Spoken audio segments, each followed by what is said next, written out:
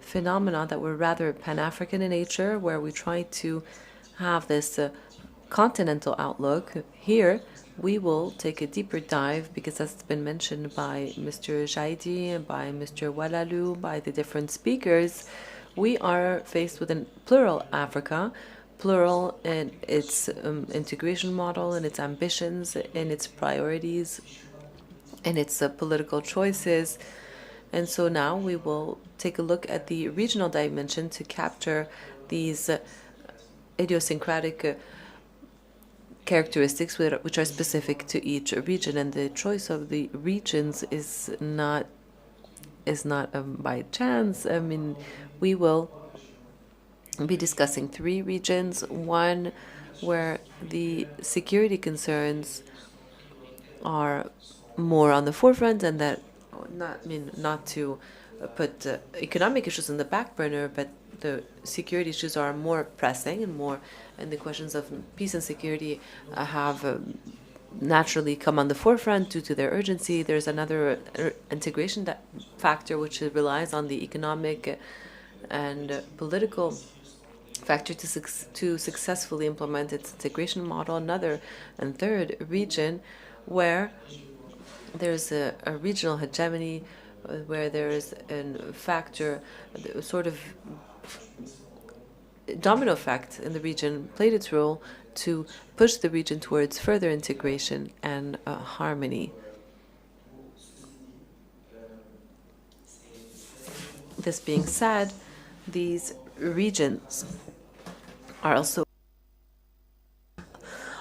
experiencing global phenomena, which have given even more meaning to the regional and continental dynamics. We are all aware of the different international issues that have led to questioning this global order, this globalization or globalization, and so geography has even more meaning in this logic, whether it is from an economic or geopolitical standpoint. And so these questions that are specific to each region have their role in this discussion. So to discuss all of these interesting points, we have with us Madame Nisa Alawi Mhamdi, who will be joining us online, who's a senior fellow at the Policy Center for the New South. We also have Mr. Mohamed Ba, who is a researcher and professor of economics at the Gaston Berger University, who will be discussing integration within COMESA, ECOWAS, and Mr. Bankeli Nyaga, who will be presenting the SADC model. And then we will give the floor to our discussants, Mr. Astien Rofran, who's a professor at the University Mohammed V of Rabat, and Mr.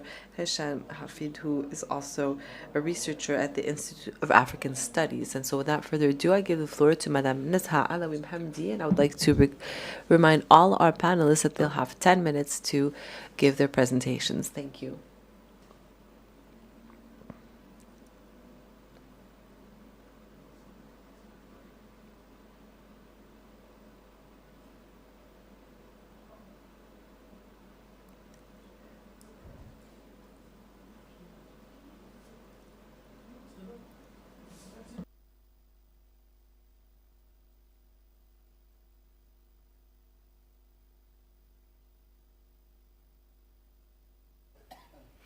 Bonjour. Greetings, can you hear me? All right, we can see you now.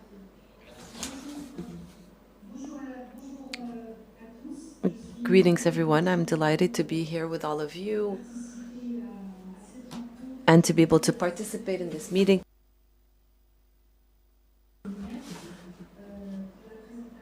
Apologies, the interpreters cannot hear the speaker.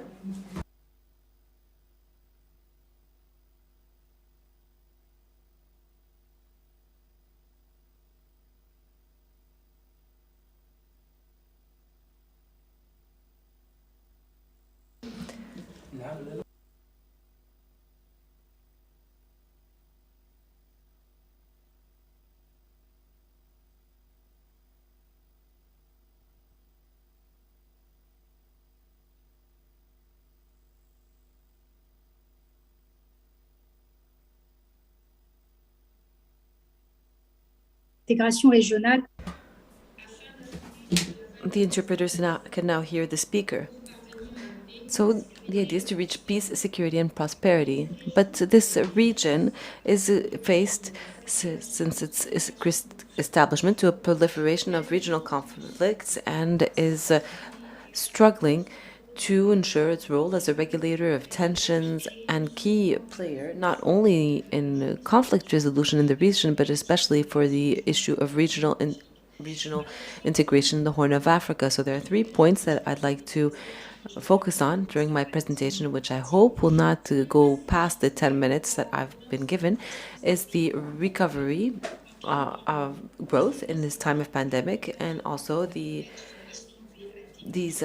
challenges that will be mitigated and that will be relayed by actions and initiatives at the multilateral level, namely the initiative for the Horn of Africa. And third point is the impact of conflicts on the evolution and the dynamic of regional integration, but also what the IGAD has done or what it has been able to do. So regarding the first point, and when relating to the difficulties of relaunching economic growth during the pandemic and for the member states of the IGAD,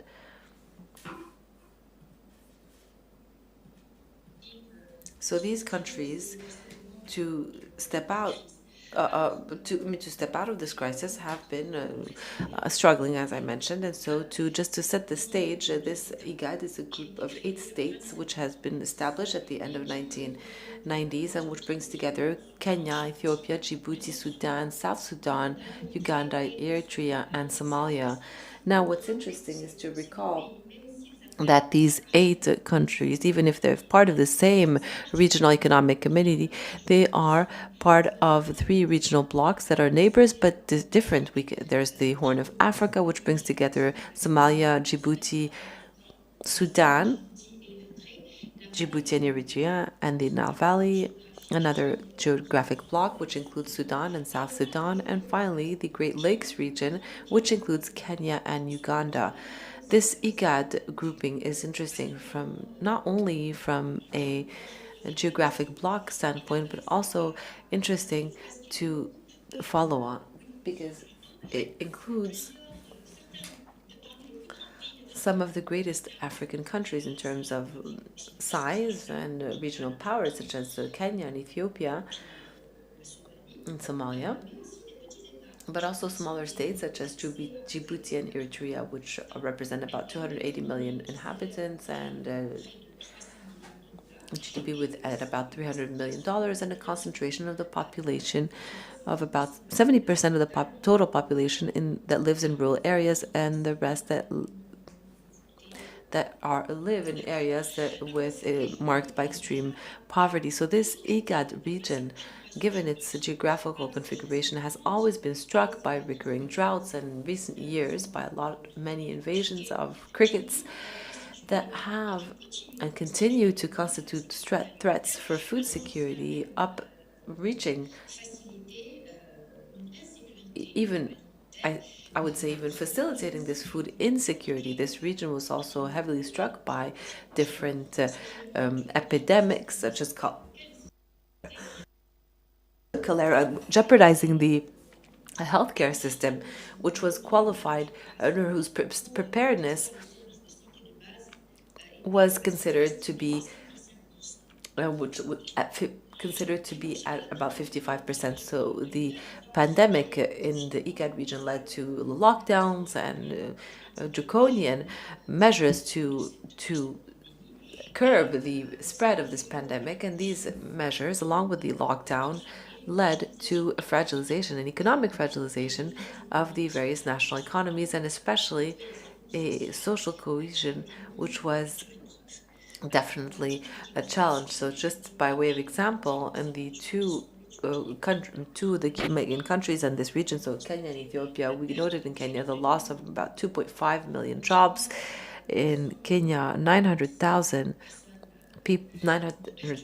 people also lost their jobs, and 2 million people fell below the poverty threshold. So in August, and this region includes hundreds of refugee camps and displaced persons, and these persons, be they refugees or displaced persons, well, their living conditions have living conditions which make it very difficult to curb the effects of the pandemic. And finally, from an economic standpoint, all of the reform processes that were planned by the states, just like Ethiopia and Kenya, that are the driving forces of the region, so these reform processes were delayed, which has disrupted the development of these countries, and all of the investments that were planned for poverty reduction had to be postponed. So in light of this image, which is very gloomy, of the economic and health situation in the region, the outlook are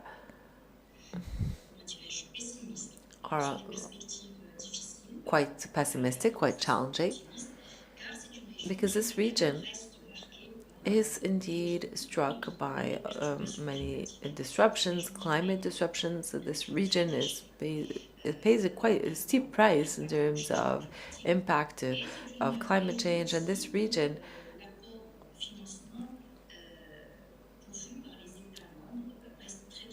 doesn't benefit greatly from I guess financing from other regions. So there are endogenous factors, exogenous factors. There's the global economic situation, the security situation in the region, and the lack of investors that are interested in investing in the region. So these challenges from IGAD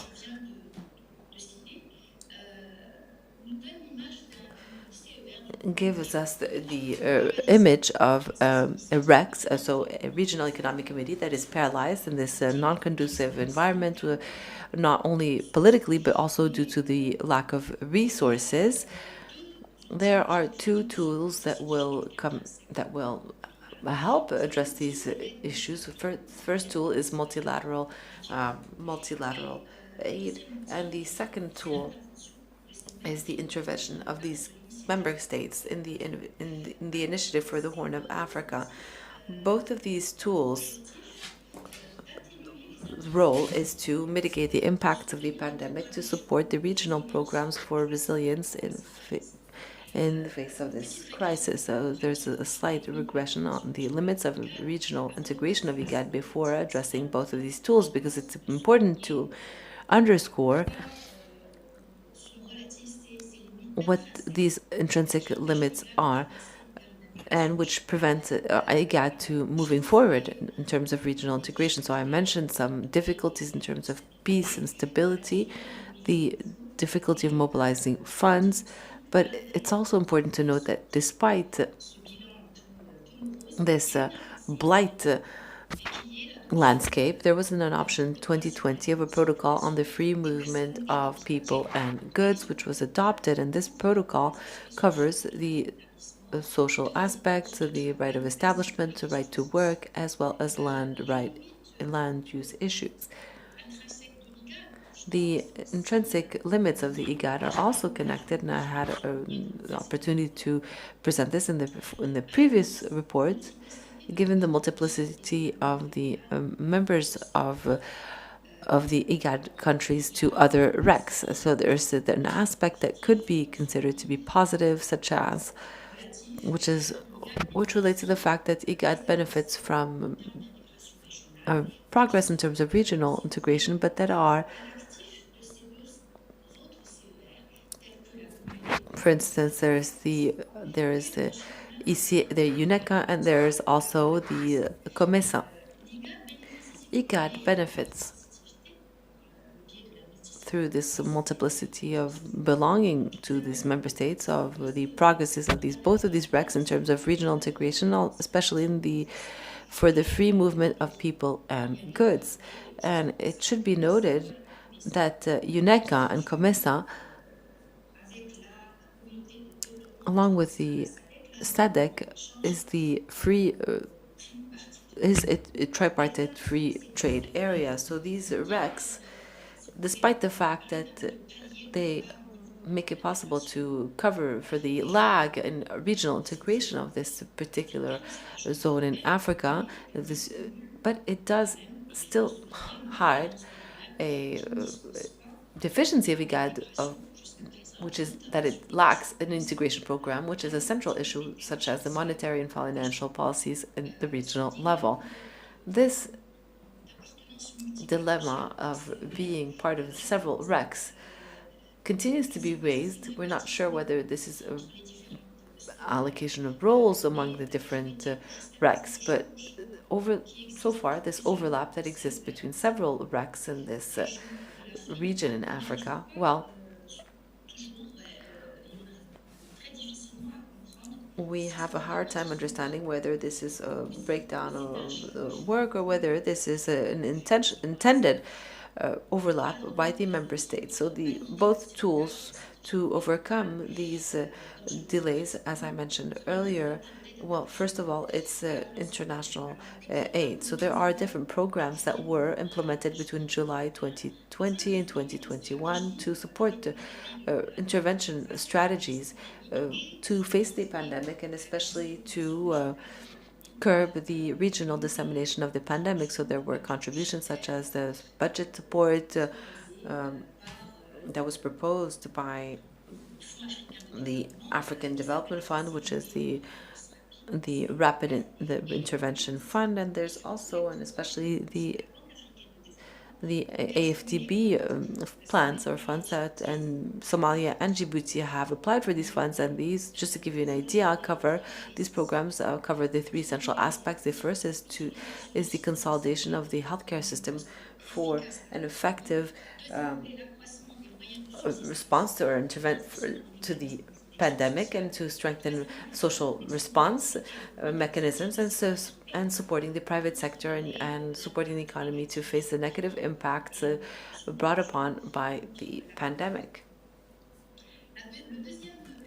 The second tool that I mentioned is the Horn of Africa initiative. So this initiative was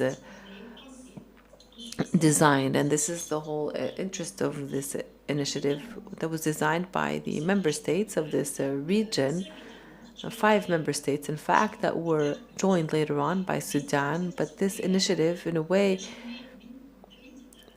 was created following a communique after a meeting of 5 member states: Djibouti, Somalia, Kenya, Ethiopia, and Eritrea. So these states,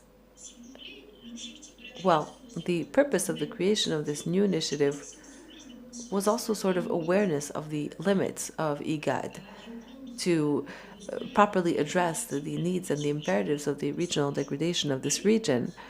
And through this initiative, these member states tried to consolidate the progress made in terms of regional integration in other settings at the service of a better resilience. I'd just like to pause here to mention that the term resilience is reiterated in all of the decisions, in all of the programs that were designed for this region. So the resilience of the economy, the resilience of agriculture, and so this is a key term. Resources were earmarked in 2021, a total of $3 billion US, or a tranche of $3 billion US of $15 billion US, which represents the overall budget. And it should be noted that the African Development Bank, the European Union, and the World Bank are key partners in supporting the implementation of this initiative.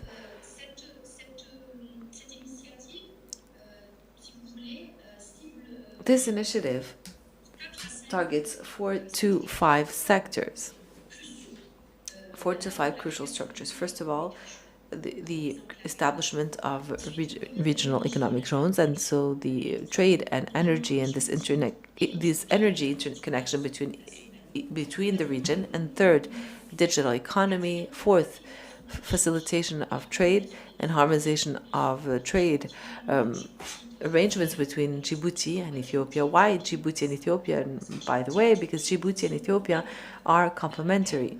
In terms of regional integration, they have in fact already developed a system by way of which They they have different areas of complementarity in maritime infrastructure and the resources they have available. Finally, the last sector covered by this initiative is the epidemiological surveillance and combating the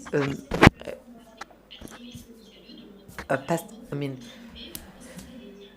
Insects and cricket attacks by crickets that the region has been struck by. There are also other areas that have been addressed jointly by the region, is the job creation, and as I mentioned earlier too, the strengthening the resilience of this region. The member states of this initiative strive to reach three goals, which are interconnection between these states. If you could kindly conclude, Madam.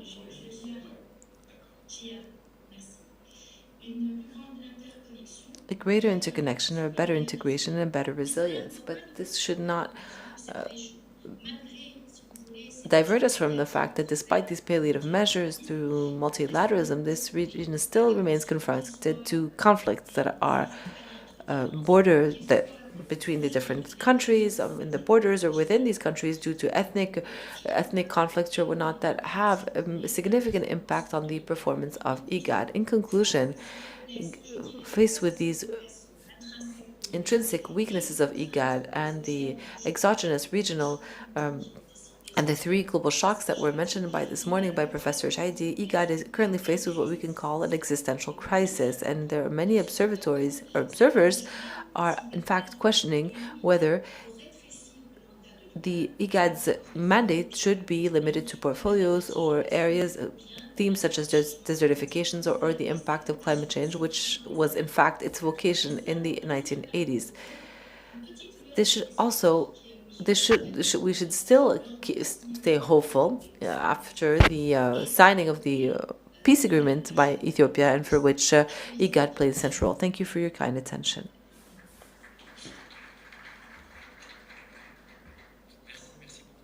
Thank you, Madam, for this presentation. I know that you spoke about paralysis and you spoke about deficiency. You spoke about a region and a community that exists on paper, and maybe you concluded on a hopeful and positive note, this ambition for the region to reconfigure its integration model. And I also would like to note this protocol of free movement of people and goods that was adopted recently. Let's see, hopefully, if it will actually be implemented on the ground. And so here, very quickly, let's give the floor to the next speaker to present another model with its specificities. And I'd like to give the floor to Mr. Mohamed Ba. Thank you very much. First of all, I would like to express my great satisfaction of being here with all of you. I would like to thank the Policy Center for the New South for having invited me to be here with you today. My presentation today focuses on a region, which is the COMESA region, the common market of Eastern and Southern Africa. So this market, or this region, is extremely important. In fact, personally, I would like to warmly thank the Policy Center for having pushed me to reflect on this region. Generally, researchers tend to focus on the immediate realities, and we tend to focus on our particular country, so ECOWAS or Senegal, rather than focus maybe on further skies. And so ever since I've started researching this region, I have noted the great interest that it has. This region is extremely important because I can see that it is not only a region which is one of the greatest, but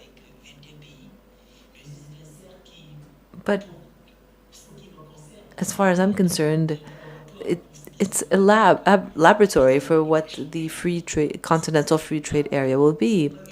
because it is not an economic union as is the case for ECOWAS or the Whitemare region. Its vocation is exclusively trade-based. So here,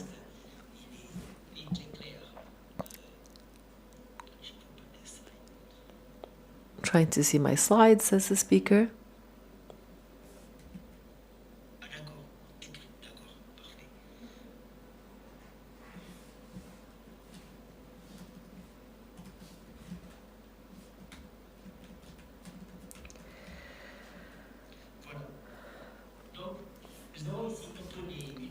So here we have a very brief presentation of these REC, of this regional economic community.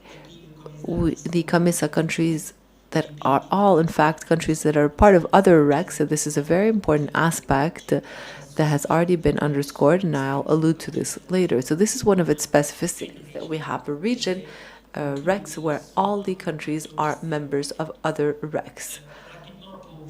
In a nutshell, just to recall the objectives, as I mentioned, we can see why I underscored that this is one of the RECs that is the most significant. So we can very well see that it includes a part of the countries in Southern Africa up all the way to North Africa, with the participation of countries such as Egypt, Tunisia, most recently, or Libya. That's also part of this RECs. What's clear is that it contributes to focusing on the importance of this REC. So we have countries that are that generally depend on the income of oil income, such as Egypt or Libya, and other countries that are maybe smaller but whose dynamism is very important, such as the Seychelles and Mauritius or Rwanda. And there are also many countries whose income mainly depend on the tourism revenues. So once this presentation is made on this region, let's set the stage for this health crisis, because the question was asked is what economic recovery post COVID-19. So first of all, we're in a context where we can see that just like in the pandemic had very negative repercussions and consequences on the continent that have hindered the positive dynamic that many countries in the region were embarked on, and what we used to call, in fact, the dragons of Africa, and which are countries such as Rwanda or Ethiopia that are part of these RECs that were heavily impacted by this pandemic, and with impact on the macroeconomic level that focus on the growth of the region, which lowered by 5.4 percentage points between 2019. And we can very well see that there's a very sharp decline with impacts that are a lot more obvious or a lot more serious for countries whose incomes, as I've mentioned earlier, depend on on hydrocarbons and oil, and there's also tourism revenue, tourism-related income. For instance, countries such as Mauritius, Seychelles, Libya as well, that has also had a major, has been heavily impacted. There are also other macroeconomic factors such as inflation. We can see here that the pandemic has had harsh consequences. And we can see the different measures that were adopted. We can see the consequences that arise from these internal domestic measures, and to handle the external shocks there were also countries that had an inflation level that was extremely high, such as Zimbabwe, other countries in the region, and the pandemic only exacerbated this fact. And so to fund the measures that were taken to tackle the pandemic, well, this necessarily led to a heightening of the public deficit and also an increase of public debt.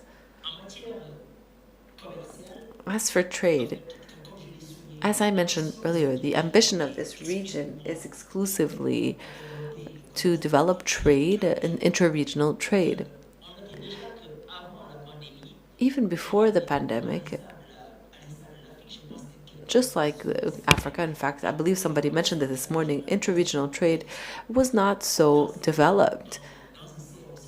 in this REX, we are witnessing the same configuration, the same situation. Exports are not intra-regional, they're quite minimal, and unfortunately, the AFTB has yet to publish its ERA indicator, the regional index for African integration. I mean, it's true that it's been quite the hot topic, but it was indeed a good index. So this is indeed a region that is not that doesn't necessarily have a better performance in terms of intra-regional trade. So exports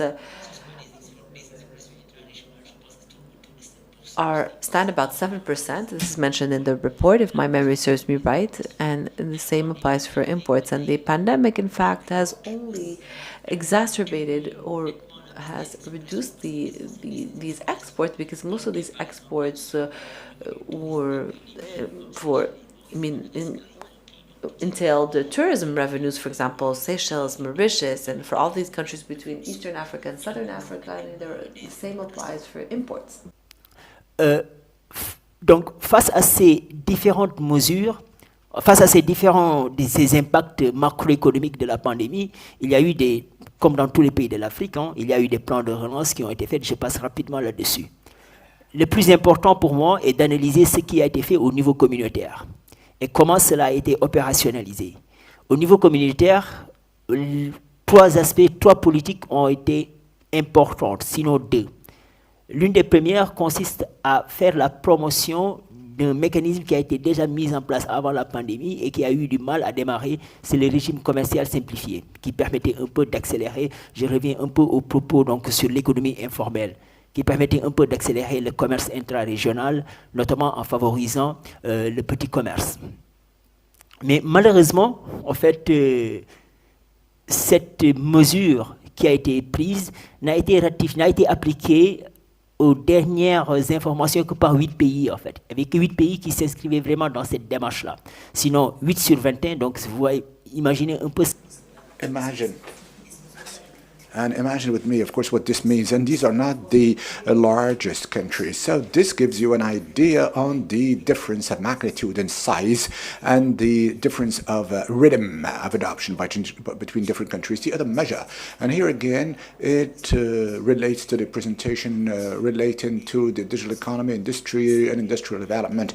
In 2018, COMESA has decided to put in place a digital free trade area within the prospect of fostering e-trade, e-logistics, a whole subsector of activity around the digital economy. There again, if COMESA deemed fit to reactivate this measure, it's because it's been implemented elsewhere and that the operationalization has not proved efficient. Here, there are a lot of countries that haven't followed suit.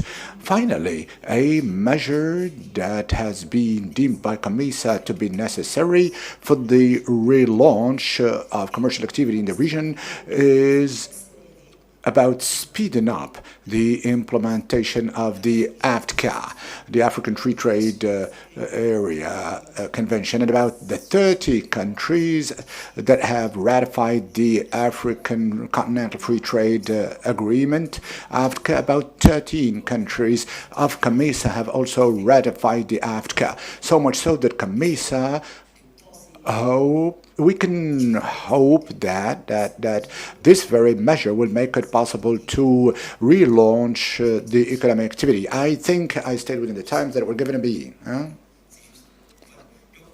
So, briefly, again, concerning the projections,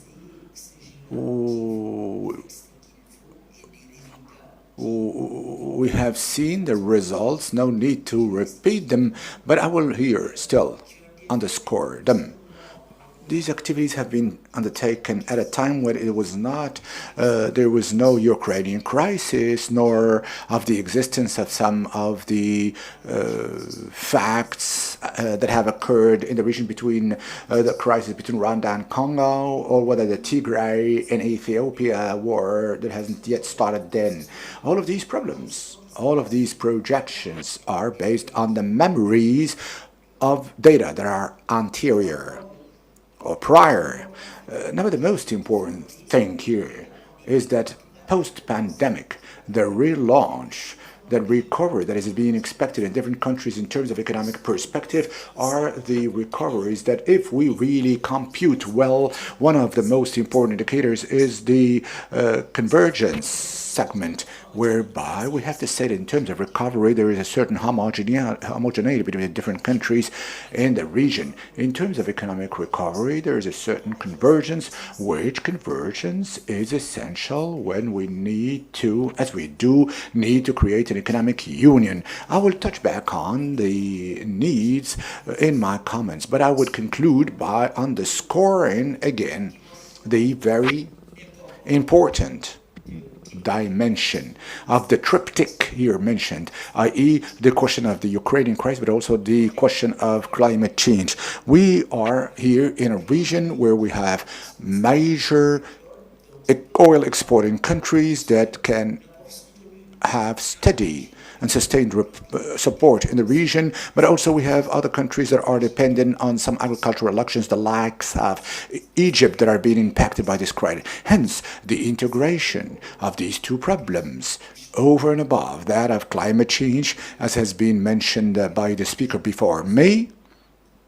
All of these, well, as a matter of fact, provide us with much more information on the future of this area, or zone, which for me is one of a very important laboratory of what the AFTA, the African Free Trade Agreement, will be. Thank you very much for your attention. Thank you very much, Mr. Mohamed Ba, for your quite rich presentation of quite a specific region, as you have said. A continent laboratory for the different reforms pertaining to Africa, with all of the heterogeneities that you mentioned. There is still some convergence, at least at the economic level. There is that facilitation, setup of e-commerce for a more advanced integration. So this is one of the steps of the integration that witnesses the willingness of the region to go ahead on a dimension that is put on the sidelines or not factored in. We are still continuing on its initial integration between trade, commodities, but here we are shifting to a greater gear, that is to say, trade and commerce. Now, without further ado, I now give the floor to Mr. Brian Kalaniaga, who is going to introduce to us the case of SADC. Over to you, gentlemen. Merci. I'd like to start by thanking the Policy Center for inviting me to present my paper. And I'd also like to just thank all of you for being here. And I'll start by presenting my paper. So I'll be talking about the Southern African Development Community and the African economic outlook in terms of the post-COVID recovery. Now, before I start, I'd like to just underpin the fact that the COVID-19 pandemic should also be looked at from a socio-economic perspective. Now, when we consider the effect of the pandemic, we realize that it's caused untold devastation. We can look at South Africa alone, where there's been about 89,585 deaths. So as we look at the figures that I'm going to project for you from an economic perspective, we also have to consider the human factor in it. Now, as we start, the economic impact of the COVID-19 pandemic on the SADC region was catastrophic. And you might ask why I've chosen the South African Development Community, SADC, going forward. And the reason is the Southern African region was the most heavily impacted region of Africa in comparison to other parts of Africa. Now, you will note that there was an overall 2.1% economic contraction in the whole of Africa. However, this blanket figure hides some asymmetries. So you find that in the Southern African region alone, there was about 7% economic contraction.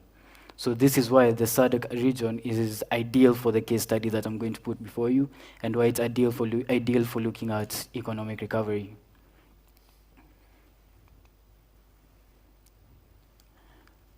So as I've said, the economic impact of the COVID-19 pandemic was characterized by a 2.1% contraction in real GDP in Africa in 2020. Now, as I do the presentation, you'll realize that I'm making reference to more up-to-date data because I want to give value to the audience as opposed to regurgitating the paper.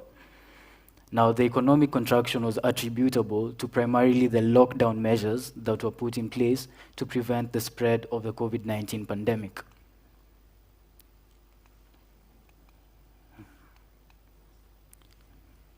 It's fine, I'll proceed without them. And if we were to look at it more broadly, you find that the pandemic resulted in an increase in the public debt from 56.3% in 2019. This is 56.3% of the GDP in 2019.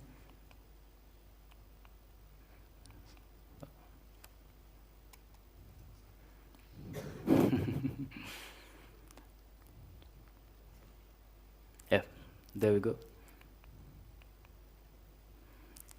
It resulted in the increase of the public debt from 56.3% of GDP in 2019 to 67.1% of GDP in 2020. And more broadly, when we look at the economic contraction, we have to consider the factors that cause the economic contraction. Now, one of the key factors is the low levels of vaccine administration. Now, when we look at vaccine inequity, which refers to the inequitable administration of vaccines around the world, we realize that Africa was hardest hit by this vaccine inequity. And to make reference to some figures, you realize that the Americas and Europe accounted for the highest levels of vaccine administration. But at the time of writing the paper, you find that in comparison, America and the European region were administering vaccines at 1.5 times faster than Southeast Asia. We look at Africa and we find that this figure goes to 13 times faster than the African region. So you realize that vaccine administration in comparison to the regions, the geographical regions, was actually quite inequitable. And this is important because of the nexus between economic growth and vaccine administration. Now you find that vaccine administration can account for economic growth, and I will make reference to this later in my presentation. Another cause of the economic contraction is the pre-existing vulnerabilities. Now, we need to be careful when looking at the economic impact of the COVID-19 pandemic on African countries, because it's very easy to blame the pandemic for all the economic contractions, but we need to realize that there are pre-existing vulnerabilities. Now, in the paper, I make a case study of Zambia, and I show that Zambia was the first African country to be a debt defaulter, so it defaulted on its Eurobond loan. And you find that even before the pandemic, it was on track to default on this loan. So that's why I have included pre-existing vulnerabilities. Now, when you look at the pre-existing vulnerabilities, you have to consider the two-prong economic impact of the COVID-19 pandemic on the SADC countries. Now, as you may all be aware, the COVID-19 pandemic resulted in policy measures by countries so that the countries could cushion the economies from the adverse effects of the COVID-19 pandemic. But at the same time, it also increased the public debt because countries were trying to borrow more so that they could implement the policies that they intended to implement. Now, this created a cocktail where there was an increase in the debt burden in African countries that already had a very substantial level of debt. Now, again, as I made reference to Zambia, when we look at Zambia, we find that in 2019, public debt stood at 91.6% of the GDP. By the time we get into 2020, this was 104% of the GDP. These figures are important because they show how COVID-19 can be considered as a catalyst and not an individual effect of economic contractions. Now, going forward, another effect or another impact of the COVID-19 pandemic in the South African development community was the increase in food insecurity. Now, food insecurity in Southern Africa is particularly pervasive. The COVID-19 pandemic resulted in a disruption of supply chains, of global supply chains, and it also resulted in a lockdown of the borders. So what this means is that food could not move from a place of abundance to a place of lack. And the SADC itself, through the Regional Vulnerability Assessment and Analysis Program, recognized that there was dire food insecurity. And in recognizing this, it stated that malnutrition accounted for about was equivalent to a loss of about 8% to 11% of annual GDP. Now, these figures again show the economic impact of malnutrition and food insecurity, because we have to give a quantitative perspective of these figures so that we can really appreciate the impact. Now, moving forward, food insecurity already existed in the Southern African region, and that's why I talked about the pre-existing vulnerabilities. So again, COVID-19 here can be seen as a catalyst. Now, we move towards the common exit strategies from the COVID-19 pandemic, and I will make a distinction here. These are the common exit strategies from the time of writing the paper, up until the time of writing the paper. I will discuss common exit strategies going forward, how we can look forward to economic recovery moving forward, and that's the value that I speak of. So at the time of writing the paper, the main common exit strategies that I perceived were vaccine administration. We needed to ramp up the level of vaccine administration so that we could reignite economic activity. Now we find that an analysis by the UN Development Programme revealed that for every 1 million people fully vaccinated, this could account for an increase in global GDP by about $7.93 billion. So again, we see the quantitative impact of administering vaccines and the detrimental effect of vaccine inequity. Now, the COVID-19 vaccination administration on the continent was primarily driven by external actors. So we find that most of the COVID-19 vaccines were administered through the COVAX program, and also administered through foreign lenders such as the European Central Bank, which also I have cited in the paper as contributing significantly to the purchase of vaccines. Now, speaking of the external parties, as at 10th July 2022, there have been more than 892 million COVID-19 vaccines delivered to Africa. 64% of these vaccines were provided through the COVAX program. Another common exit strategy that we can look at from the COVID-19 pandemic, as at the time of writing the paper, was increasing trade facilitation to reignite cross-border movement. Now, at the risk of overstating this fact, we find that the COVID-19 pandemic was characterized by lockdown measures. So trade facilitation was paramount in order for us to reignite cross-border movements of both goods and services.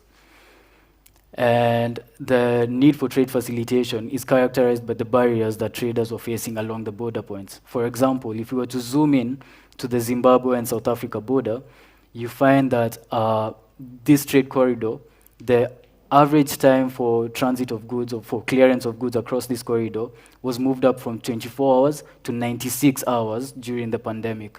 Now, this is devastating if you're a trader of perishable goods and so on and so forth. Moving forward, again, we needed to promote food security at the time. So I have already spoken about the food insecurity that characterized the COVID-19 pandemic and the pre-COVID-19 pandemic era. So at the time, we needed to also increase food security, and please note that food insecurity is still a pervasive issue, because as you can see, approximately 8.6 million children under 5 years in the region suffer from stunted growth, and about 6.4 million suffer from wasting. These are all diseases caused by food insecurity. Now, I will move forward to the challenges that are facing recovery in the post-COVID era, and I'll skim through these challenges because you'll realize that there are common points between all three presenters here, because we talk about the Russia-Ukraine conflict, and that's included on my first slide here. So the global economic downturns caused by the Russia-Ukraine conflict are essential in looking at the challenges facing not only the SADC region, but the African continent in terms of economic recovery because of the increase in food and energy prices. We also have to consider climate change as a challenge to economic recovery, because climate change for the African continent, Africa experiences a disproportional effect of climate change as compared to other regions in the world, despite contributing very briefly to it. We'll also talk about the public debt burden, but then allow me to skim to the final part of the presentation so that I can conclude. So looking forward, what do we need to consider as a way of, or as an avenue for economic recovery in the SADC region? Because we've already talked about public debt, we've talked about food insecurity, we've talked about global economic downturns caused by global shocks such as the Russian conflict. Now, how does this region that has been impacted by wave after wave of economic downturns improve? So the slides will be circulated, but the main point here, in my case, will be the Africa Continental Free Trade Area. Now, the Africa Continental Free Trade Area presents a chance for real economic growth, not only in the SADC region, but in the African region, in the African continent, because all SADC member states are part of the Africa Continental Free Trade Area. And in fact, trade has started under this framework, because the challenge is usually implementation. That's usually the fear with new trade arrangements. But trade has started under the AfTA, and the SADC region is involved under the pilot scheme. So you find that both Mauritius and Tanzania are included in the pilot scheme for the trading under the AfTA. Now, I don't want to go over my time, and I'll end my presentation there. So thank you.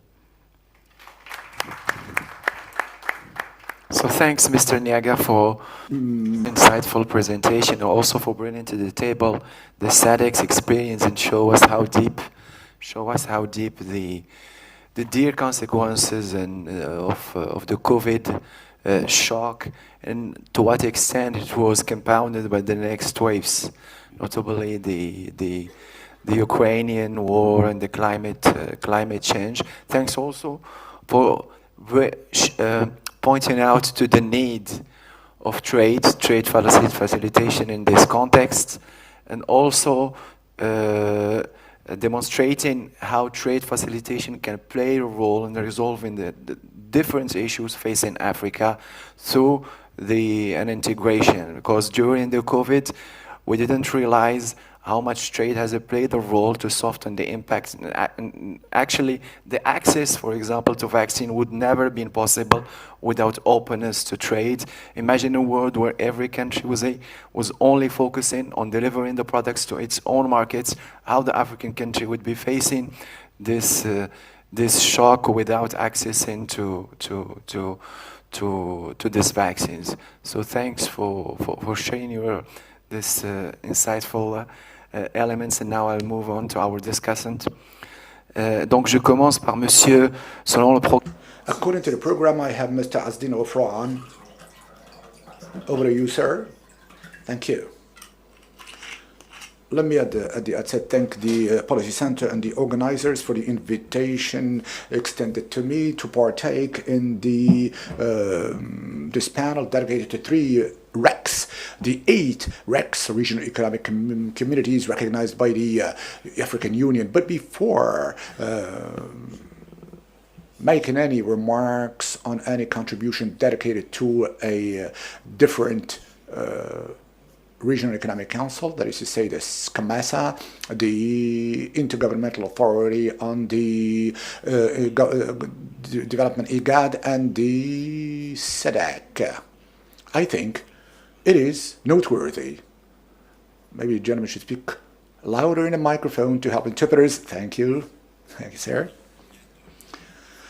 Now, of course, we'll have to make cross-cutting comments pertaining to the community, the rights of the 8 regional and economic communities that are being recognized by the African Union, and that should be, in principle, be used as pillars and as basic elements for the setup of the AFCA and for the creation of the African Common Market through the Treaty of Abuja.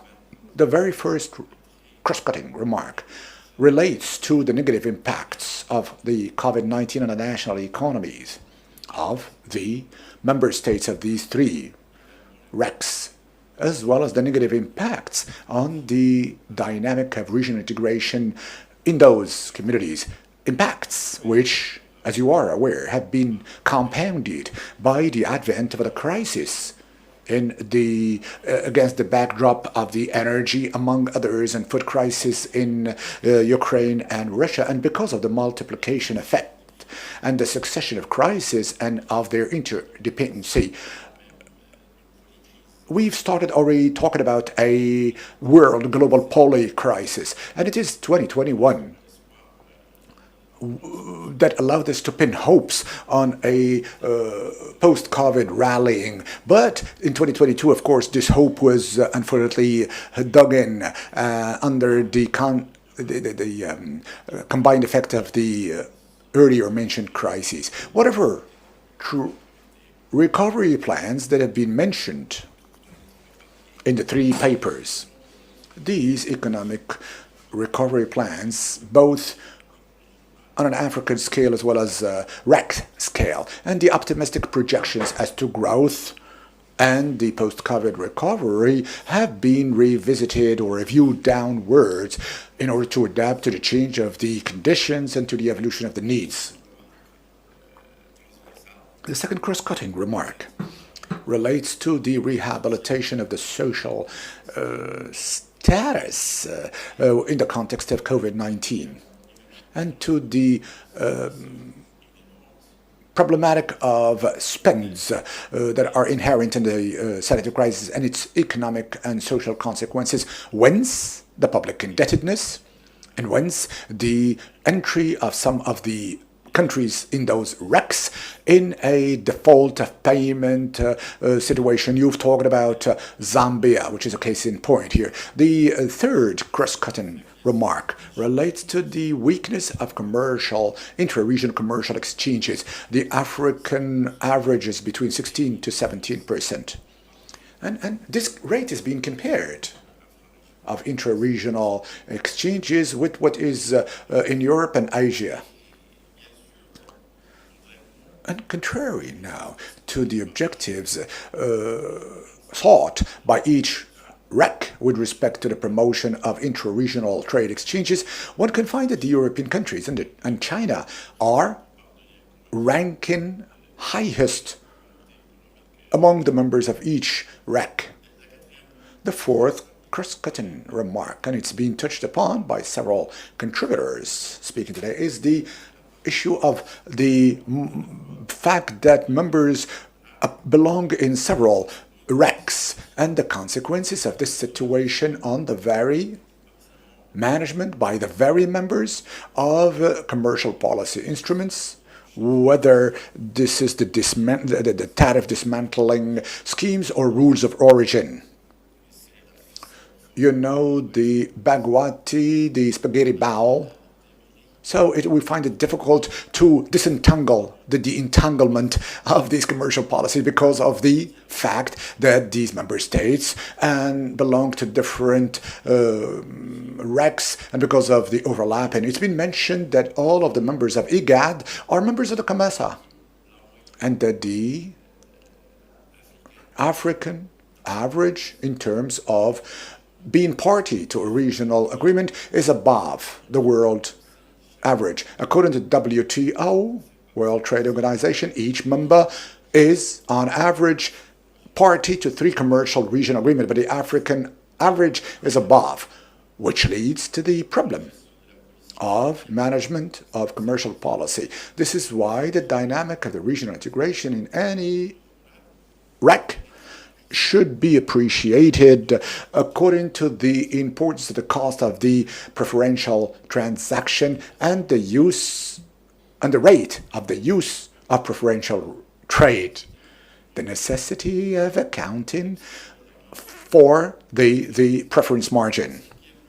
The fifth cross-cutting remark reminds us of the fact that there are no other alternatives to withstand and shoulder the polycrisis and external shocks of the creation of the conditions of creation of value chains regionally, tapping into comparative advantages of the members of these RECs. And that the structural transformation of African economies and the streamlining of the RECs can help us to build on the potential of the AFCA in terms of trade and investment. And as has been mentioned by Professor Zaidi this morning, the very quality of the institutions and the governance on the one hand, and the higher and more in-depth integration in Africa rank amongst the determinants of this dynamic, or the dynamic of economic regionalisms. Still pertaining to the regional integration dynamic, the convergence of the members or these three RECs in view of the heterogeneity and the different levels of development and commercial practices is a condition prerequisite for the success of a deep economic integration. And by so saying, it's not one which is geared onto measures on the frontiers, but within the boundaries of the countries, rightly so, to be part of a structural transformation and a diversification of economies.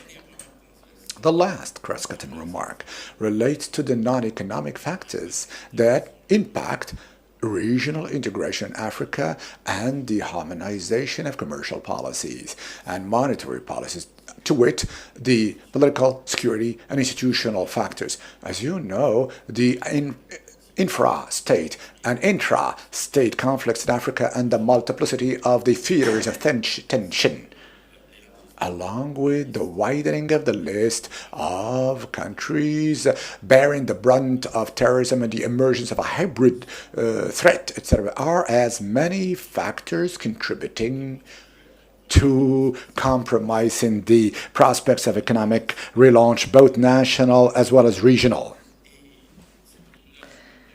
And this is why these regional economic communities have had to change their establishment treaties to integrate these security and political dimensions in their objectives. Well, due to time, I have to conclude, but I would just like to discuss the model,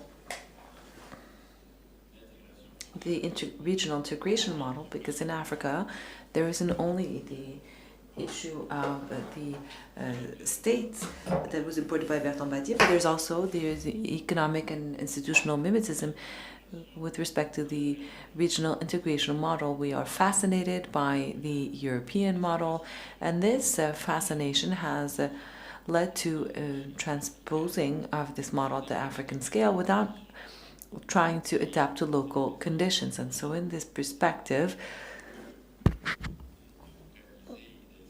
instead of focusing on the productive aspects, we tend to focus on trade. Because I need to take a few minutes just to discuss just to comment on the fellow panelists' presentation. So for Mrs. Alawi, for the sake of time, I will not go into so much detail, but just regarding her remark on the existential crisis of IGAD, I believe that the institutions, for instance, these regional and global institutions such as IGAD, are functional institutions that are under the hands of the member states, so the human and resources and the material resources that they have available are provided by the member states, and so it's not a question of institutional engineering, so it depends on the willingness of the states and the state of the relations between these member states as well. As for the second contribution for COMESA, I believe that the growth perspectives of COMESA,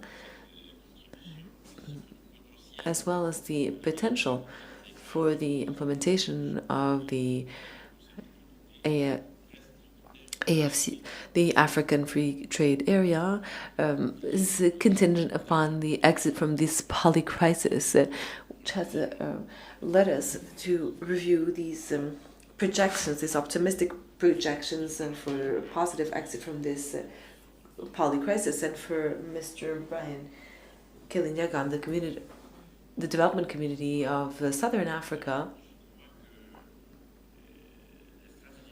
I believe that the national strategies or the regional strategy for the exit from the health crisis are also impacted by the advent of other crises and the opportunities that you have mentioned, be they the strengthening of health sovereignty or food sovereignty, or the instrumentalization of the this region as a lever for development. For instance, just for information, we are talking about digitalization in Africa. There are negotiations on a plurilateral agreement that will regulate this new trade model, which takes us back to this digital area. And only these African countries are taking part in these negotiations. Thank you. Thank you, Mr. Aztil.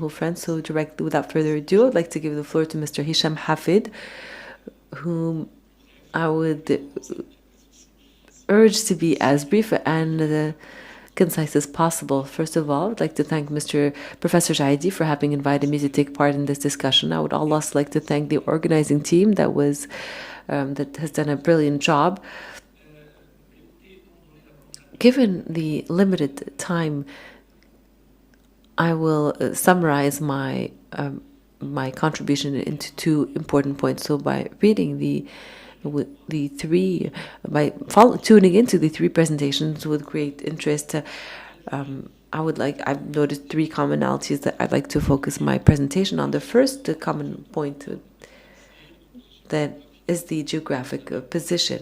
As you know, the 3 regional economic communities are in the same region of English-speaking Africa, which is completely different from French-speaking Africa. So we can discuss a few specificities in terms of colonialism and culture, etc. But this is not the point of our discussion. And so the geographical position exposes these 3 RECs to 2, which I consider to be structural threat. And if we take a look, for instance, at the internal structural threat,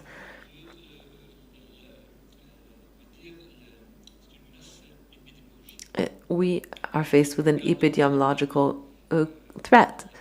If we see most of the countries in Southern Africa and in the SADC, they are all faced with a structural epidemiological threat with HIV. When we see the overlap, this is when we take a look at the statistics provided by the UN. Lesotho, Botswana, etc. have the highest HIV rates worldwide. And so the prevalence of HIV is suffocating this regional development process, and consequently, not only regionally but also continentally has a major impact. So this threat impacts the 3 RECs. So the second major threat is the food threat. If we take a look at Southern Africa and Eastern Africa, they share the same challenges. For instance, in Southern Africa, there's the frequency of droughts, which impacts agricultural production, and then in Eastern Africa there are floods. So they are faced with the same challenges, the same concerns. The third major structural challenge or threat is the fact that these regions are landlocked. When we see the 3 regional economic communities, about 40 to 50% of these RECs are landlocked countries and smaller countries. So these are all common challenges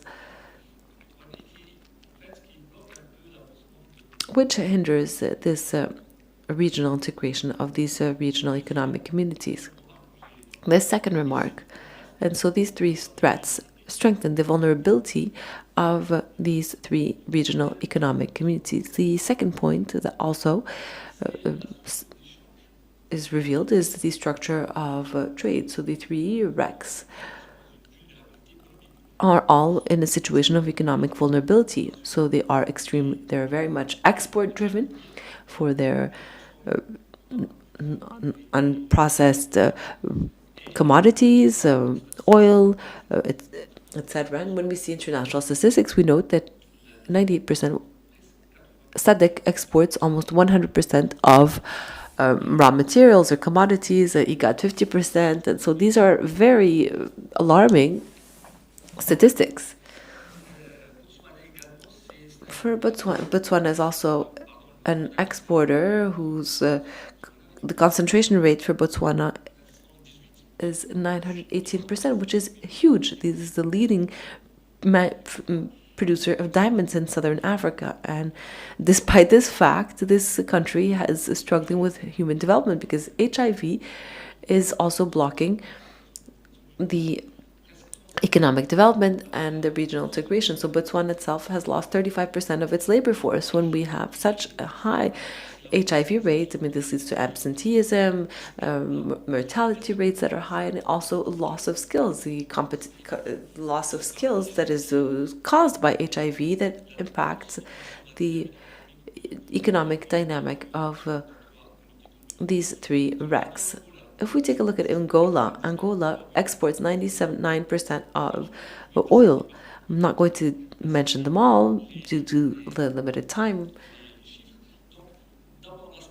So there's this specialization, which is a real challenge and vulnerability for these regional economic communities, but not only for Southern and Eastern Africa, but Africa in general. There's also this economic specialization. To date, African countries are still have a trade structure which is based on, which is very much dated, which has not evolved. And there are many factors. Maybe we'll have a chance to discuss the factors and the challenges later. And to date, with the emergence of these new powers, these RECs continue to export their commodities and also continue to export to the European Union. So the diversification of partners in Africa has not helped Africa to diversify its trade partnerships, despite its huge potential. The second factor, as far as the economic vulnerability, is this symmetry in terms of size. When we see this SADC, South Africa has more than 50% of the GDP. The same for the population, for Egypt and Ethiopia. I mean, there's the same disbalance. So this symmetry is also problematic. Now, I would like to discuss the methodology that was adopted by these three RECs. So I mentioned the natural structural vulnerabilities, and now please allow me to discuss the methodology adopted in the framework of these three RECs. If we were to ask a question whether this vulnerability is due to an incompleted process of regional integration, or is it due to the regional integration itself for some countries that are of an asymmetric size? So the answer to this question, well, I don't think I have that answer, but if we take a look at the research done from 1998 till today, or the work, either there's a quantitative or qualitative approach that was developed by UNECA, and the AU and the RECs, where there's a calculation of a composite index based on dimensions and integration that mainly is based on trade. If we take the look at the dimension of international trade, so either is based on interregional trade or the intra-regional imports. And this is an assessment which, in my opinion, is static. It does not factor in the dynamic. The second approach, which was used in three articles, is a quantitative approach, which is based on data collection to say, here's how economic growth goes, here are the gains from foreign trade. That necessarily increase with the fluctuation of currency exchange rates, etc., but do not take into account the dynamic within the countries, within these actual countries. This is why there's some food for thought, maybe not recommendations, but some food for thought. Now, for Africa, despite the African Free Trade Area, if we were to refer to FAO, Africa produces 50% of what it consumes. So despite the signing of this African Free Trade Area, Africa will continue to depend on the imports of wheat, for instance, and grains. So we will need to see the classic steps of regional integration. Maybe we can leapfrog and skip some steps of regional integration and maybe think of new approaches by avoiding the conventional integration. Maybe we can skip land integration, maybe divert to maritime integration. Now, as far as the production chain, we can see that most African countries are in a static approach. If we take the SMILE curve developed in 1992, the upstream to downstream chain for production is composed of 3 blocks. Either we invest in R&D and innovation, either we invest in marketing and services. So what's in the concave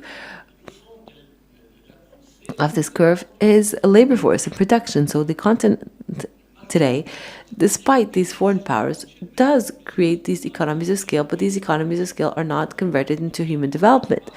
So it would not be interesting to skip some development steps and head directly towards services. And thank you for your attention. Merci, c'est Hicham. Thank you, Mr. Hicham Hafid. So without further ado, we shall start the Q&A session. And if we have any questions, maybe we can collect a few, to take 2 rounds.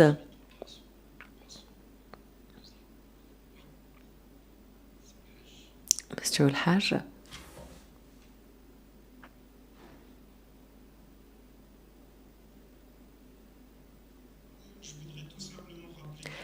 I simply would like to recall some maybe commonalities. The first is that COVID is innocent from what we're trying to blame it for, and so the cause are the measures taken to tackle COVID, but it's not the virus in and of itself. It's the closing of borders, which has impacted tourism. It's closing economic activities, which has also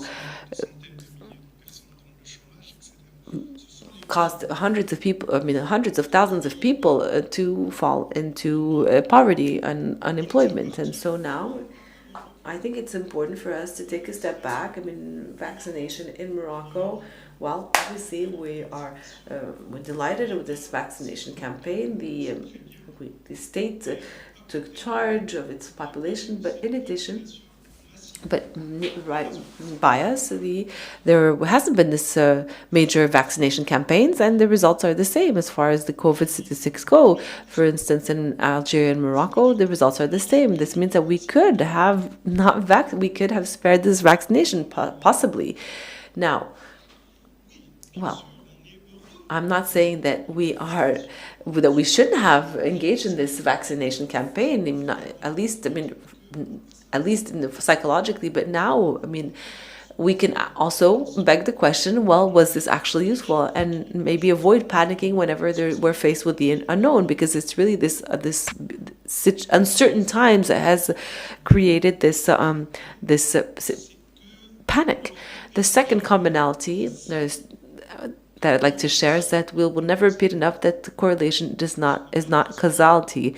It is not because 2 phenomena are happen at the same time that one caused the other.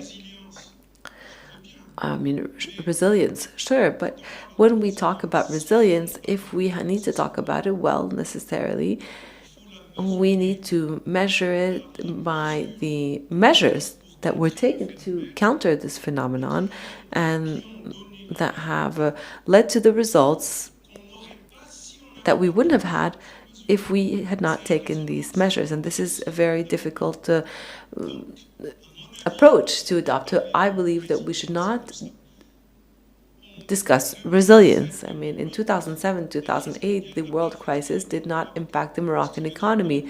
Does this mean that the Moroccan economy was resilient? Not very far from it. It's because it was not integrated in the international secret that had channeled the crisis. So I think it's important to be extremely cautious and vigilant with respect to this notion of causality. So I just wanted to state the obvious. Thank you. Thank you. Let's give the floor to Mr. Ziani, and then. Thank you, Mr. Ziani. I'm a member of the Economic, Environmental and Social Council. I would like to thank the Policy Center for the New South for having invited us to take part in this event. And I would like to say that personally, I'm a little intimidated because I'm here amidst eminent economics professors and specialists for international trade to talk about these topics. But sometimes it's also interesting to hear operators talk, because my knowledge of Africa is limited to the fact that I exported services to some 20 African countries. And my knowledge also stems from the fact that in the Economic and Social Council, we also focused on a theme which is Morocco and African integration. This is a publication which is available on our website. And I was delighted to hear that the Policy Center put regional economic communities at the heart of the debate here, because I believe that these RECs that were established about 30 years ago, and Professor reminded us, it was a result of the Abuja Treaty, but they've made very little progress. And secondly, and I have the impression, and this is where I say that I'm slightly intimidated by the economists. It seems that the African Free Trade Area was activated, and we tend to forget about these RECs. And it seems that it's because we have not succeeded in strengthening or in successfully implementing these RECs that we turn to the African Free Trade Area. So which leads me to ask the question, well, how can we succeed in this continental venture, which is the African Free Trade Area, when we were not able to successfully implement the RECs? Now, the professor earlier mentioned a ranking made by the African Union, the AFDB, and the UNECA, which established indicators for the monitoring of these RECs. And I had checked this, I read this study about 4 years ago, and I regret the fact that it was not updated, because the AFDB said that it was going to update this publication, reconduct this publication on a yearly basis. But it was very instructive for our work and the Economic, Social, Environmental Council, and also for Morocco, because Morocco is part of the two less advanced and less integrated RECs, which is the Wemu region and the Sensat. These rank last. And in this study, what's also interesting, and I invite you to take a look at this, is that they would look beyond the RECs, and they reviewed the integration of countries in their continent by taking a look at the imports and exports. And here again, we're very shocked by the fact that Morocco, as we might recall, has made great strides in its reorientation towards the African continent from a political and economic standpoint, but 3 to 4% of Moroccan exports are directed towards African countries, and the same applies for imports. What's also interesting that we read in this study is that the African country that's the most integrated in its continent is South Africa. Or Southern Africa, because 30% of their exports are directed to other Southern African countries, and 15% of their exports also come from other African countries.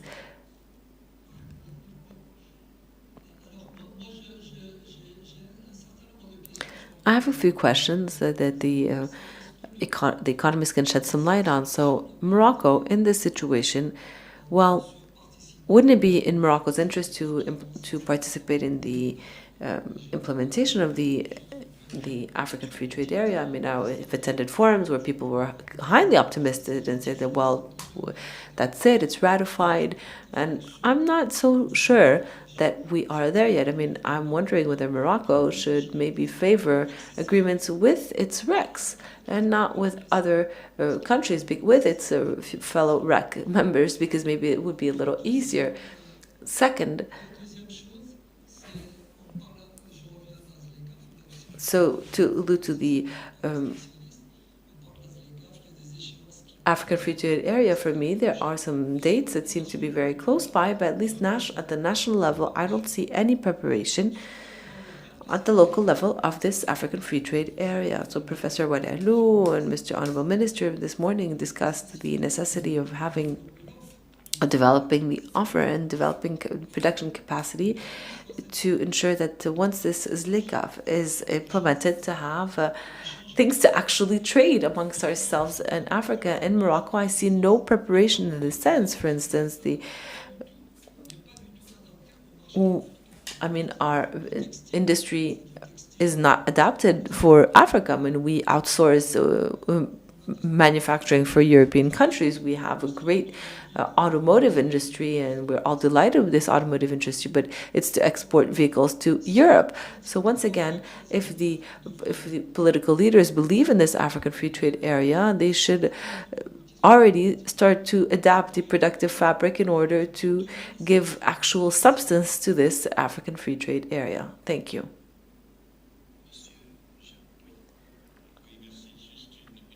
Thank you. I have a question and a comment. The question whether countries pay their dues in this spaghetti bowl where we see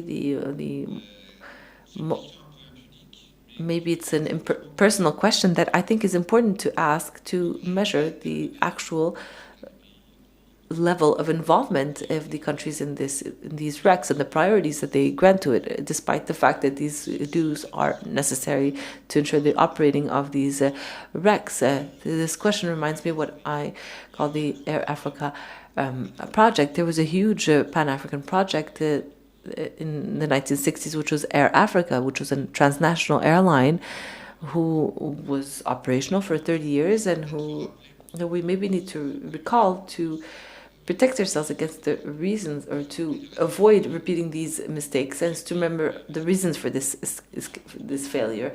Each country wanted a stopover, even if it wasn't profitable. Each country wanted its quota of staff, even if there was an overstaffing, 10 times more of the same fleet as the Mauritian airline. I'm talking about the Mauritian airline because we called the CEO, to try to save Air Afrique.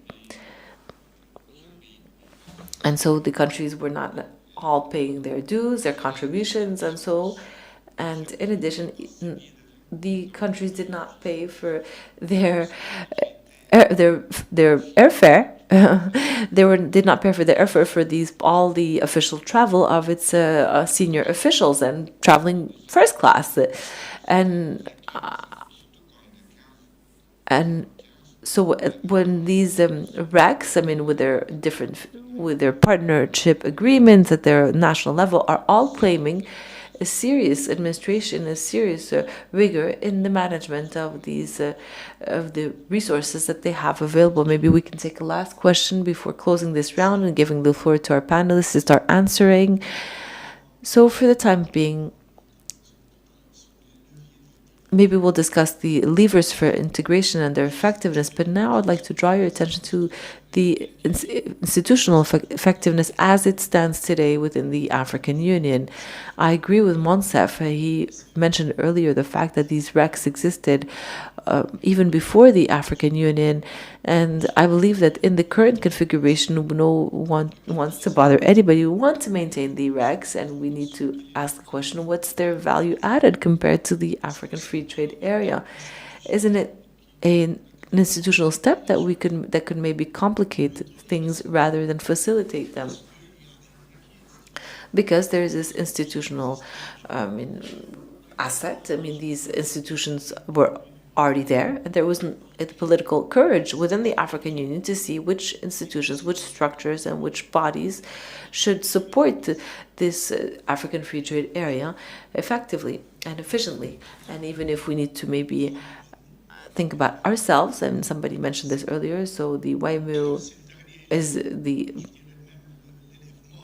the dunce of this, or maybe ranks last in these RECs. So what can we do as a country? We have no regional community with whom we have worked, and so we will just stay, in limbo. So Tunisia has maybe found its exit strategy. Algeria, I don't even think it doesn't seem that they're even interested, and so I think that we need to question this institutional effectiveness. If we don't challenge ourselves here, we might add another level of complexity for the implementation of this African Free Trade Area. And I also agree with my colleague here. The institution, to ensure the effectiveness of institutions, they need to be vested with powers, and to have that power, they need money. The African Union is funded through by foreign funds. How can it have the necessary power to develop a common regulation? And that's the same case applies to these RECs. So in the end, it's not enough to express a political will, but it's important to have the resources to achieve these ambitions. And I think that this is a real reflection that's necessary if we wish to push forward. Thank you. Let's be back to our panelists. 1 minute, please, by way of reaction to the different questions, comments made by the audience. Let's start with you, Mr. Mohammed. 1 minute, please. Thank you, and thank you for the different reactions. Very important. Well, I would rather dwell on the questions pertaining to this region, mostly relating to the relevance. I think this question was raised, i.e. the relevance of countries to be together rather versus another major project, which is the AFCA. We can ask ourselves the question as to the COMESA, and in view of the heterogeneity between the two countries, we can ask ourselves what's the use of the President of Egypt. If I remember the Regional Integration Index for Africa in its last edition or issue in 2019, if my memory serves me well, prior to pandemic, showed that for this index, there was an index on exports. For Egypt and Tunisia, they did export more to the other countries that they imported there from. Well, finally, it's mostly to create outlets and prospects than rather to participate to the dynamism of trade. Not mention the question of infrastructure, but generally speaking, I think what one of the speakers has mentioned here is the integration model.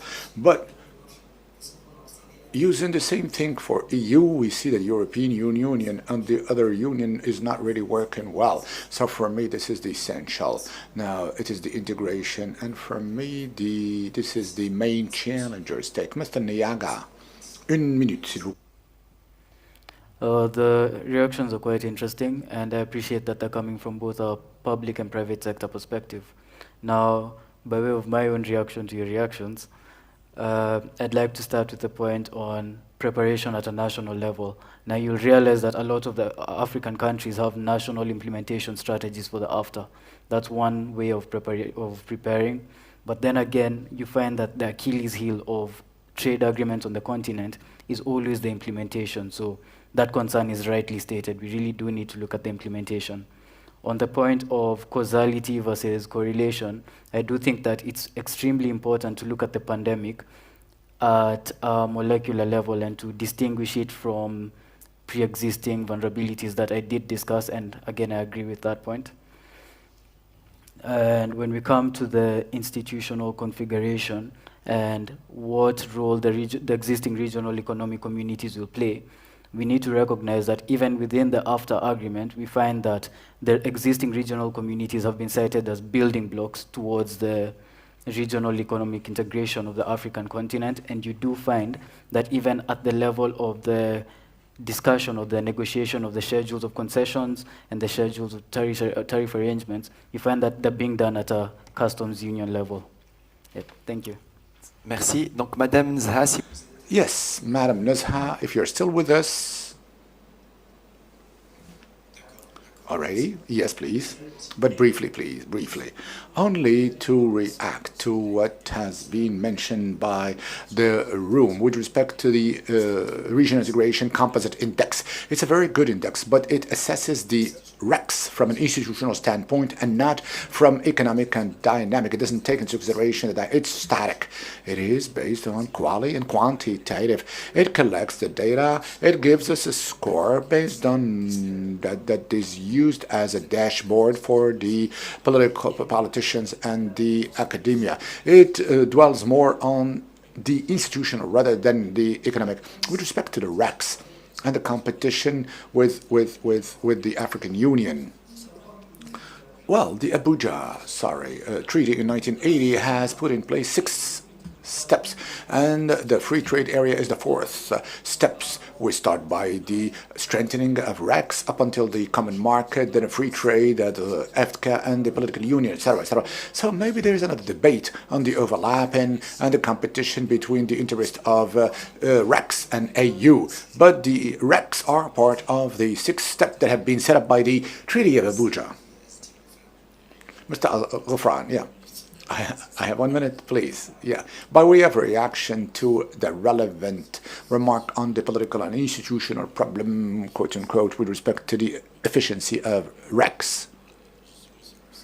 Rightly so. I didn't have time to develop and elaborate. I was talking about institutional mimicry or mimicking, because this institutional mimicking has generated a transposition of a model that does not correspond to the African realities nor to the African means and resources. In the flow chart or org chart of each REC, we have reproduced the community model with a political body, a judicial body, and sometimes we don't have the means and the resources to finance the structures that are dependent on the multilateral aid.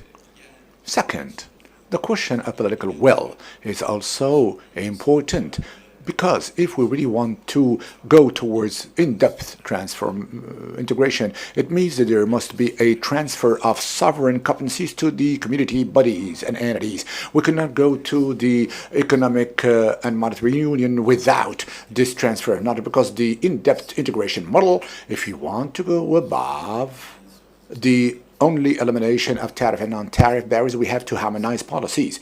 By so doing, we need to transfer those to the community bodies. And here it calls on political willingness and not institutional engineering proper.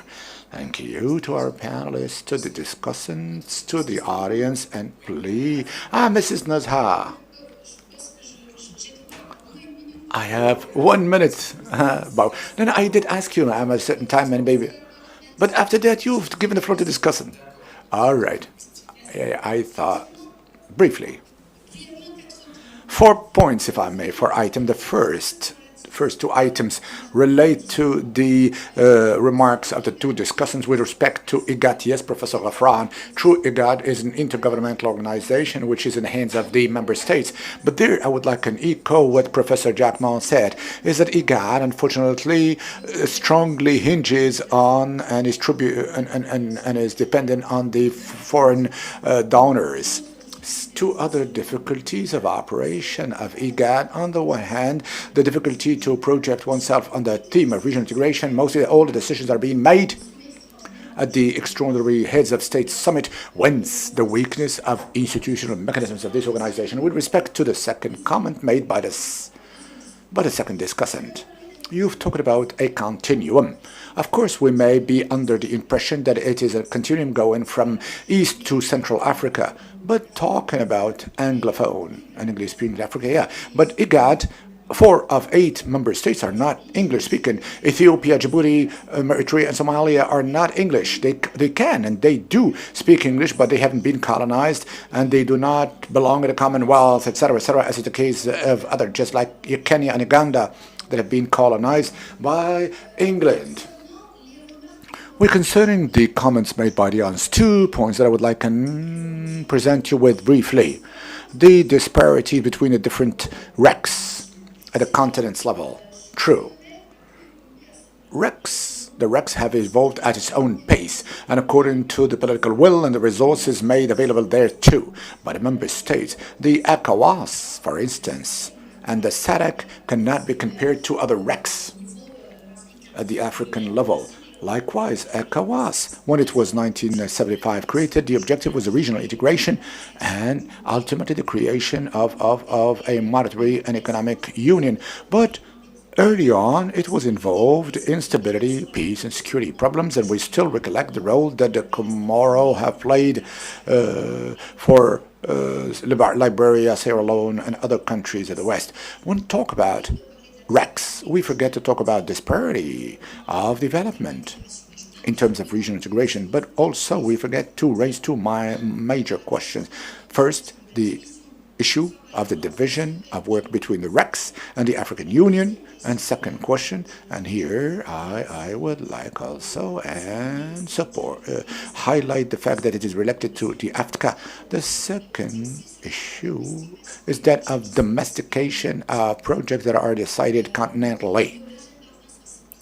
The 2063 agenda is not always domesticated and is not domiciled or as a necessity to be included in the different grade. AFCA can also be part thereof. And here there is a problem of state public policies to domesticate these major continental projects with respect to the Moroccan product's adaptability on the African continent and African market. Let's not lose sight of the fact that Morocco has been the first North African countries to make an economic forecasting of its interest in Western Africa, progressively Central and East Africa. But mostly we did export services. And I think that these services, just like the air transport, bank and insurance, have been instrumental in all of the transactions and the trade we have been entertaining with these African countries. This is what I wanted to say. Thank you. Donc, merci beaucoup, Madame. Thank you, everyone. Thank you, the audience, and see you soon. And we're going to resume after a break. Ladies and gentlemen, thank you for...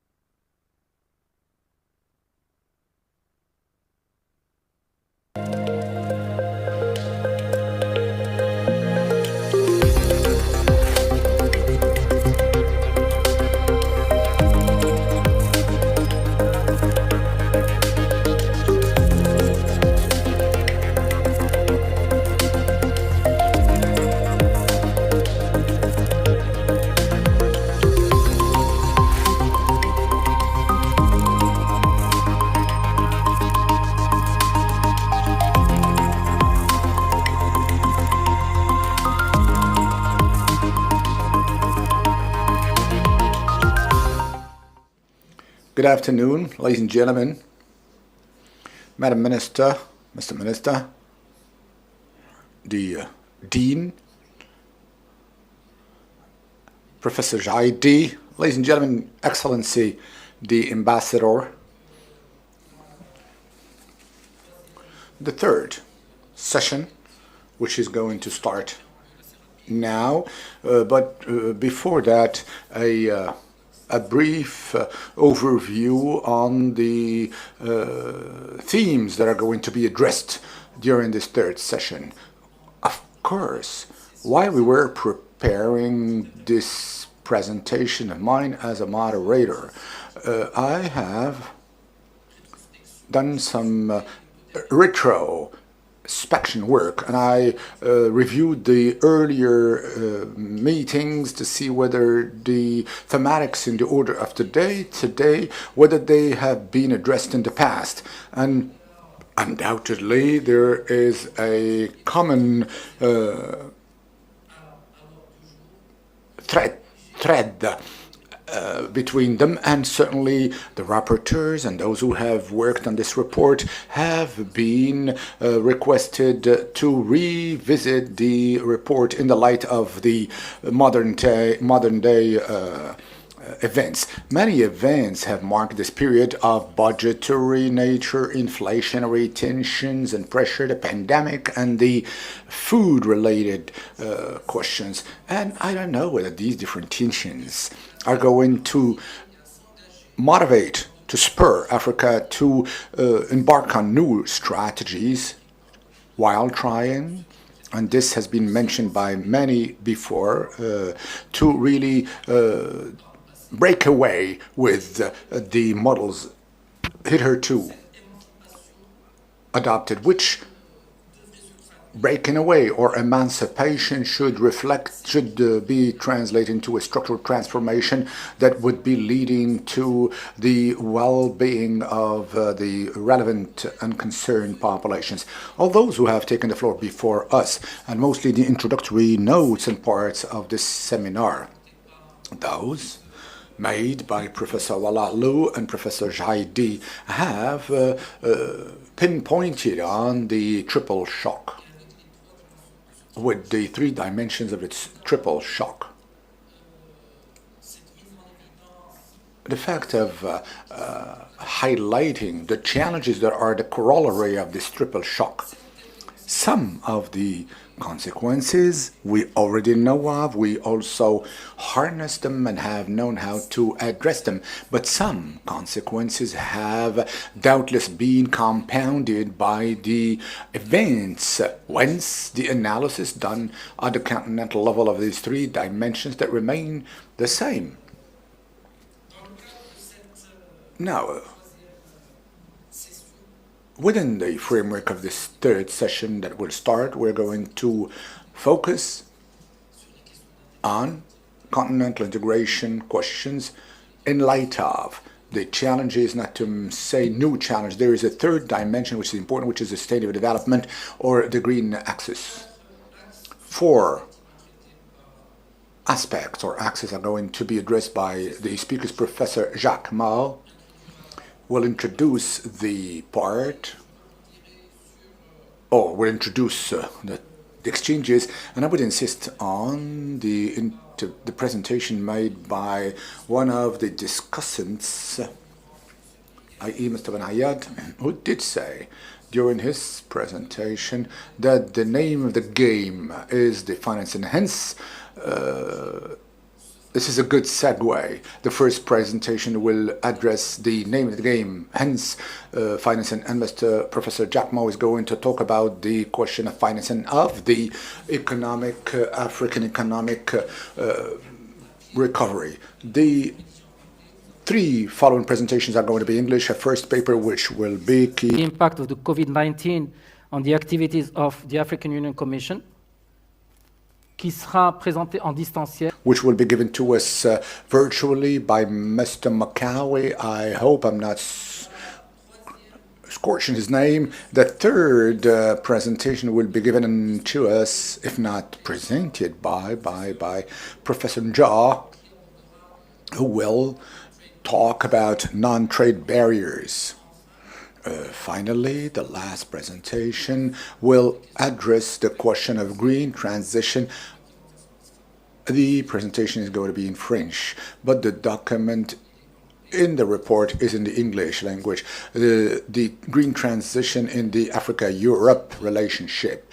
Just two interrogations before recognizing the floor to the speakers. The discussion that took place this morning, and it took ample time because the debate was quite interesting, and all the better for us that allows us to improve our knowledge on questions that call on us to ponder on the more two essential elements in the understanding of what we are at here. That is the juncture between the conjunctural and the structural. It has already been mentioned by the earlier speakers, but caveat. Beware of the temporal inconsistency aspect that the economists like to believe in. We are in a temporal inconsistency that can cause us to lose the possibilities to exit from such crises. And another element that has been put forth by the earlier speakers, beware of, and to the natural resources and to the Dutch syndrome. I'm going to stop here, and I'll now give the floor to Professor Jacquemart. Over to you, sir. Thank you very much. And Anu, thank you for the invitation. I would like to thank RBJID for the trust to allow me to speak to you. I'm delighted to be here with you, and I'd like to talk about the question of finance, and I'm going to do that relatively quickly. Time being of the essence, and the text in the report really does elaborate on that by talking about four questions. What are the needs? What are the answers to these financing needs? A quick comment made on some of the financing modalities, and we will be taking stock of a certain situation. Maybe that would be a surprising one. Now, on the period 2022-2025, we can assess that the finance needs of the African continent work out at $2,000 billion. That is to say, very quickly, 500 billion post-COVID, the war in Ukraine, 200 billion of finance needs for the SDGs, Sustainable Development Goals, the climate adaptation to climate change, 50 billion, universal access to electricity, ballpark figure of $80 billion of investment over the period 22-25. Connectivity, we were talking about earlier, it's about $10 or so billion, and other things that are difficult to put a figure on, things having to do with the financing of logistics networks and the debt depreciation or amortization, which is in the order at the beginning of 2022 of in excess of $70 billion. So this is, by and large, the situation as it stands. Now, what answers? I cannot, and I will not detail them. Suffice it to say, there are three types of tools that could be harnessed to meet these needs.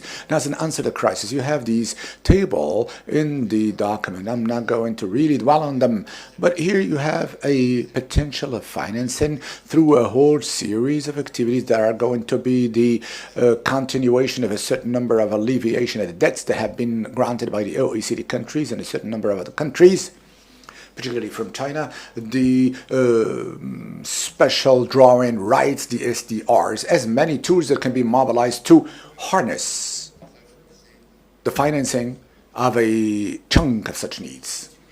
We need to stimulate the recovery. So it's a language which was prior to Ukraine lingo.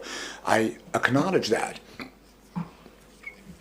So my work related to the beginning of 2022, but there are certainly other tools on the mobilization of a certain number of funds that will be dedicated for the recovery. I now think of the Africa Development Fund or other mechanisms and facilities to improve the liquidity. And you have a third type of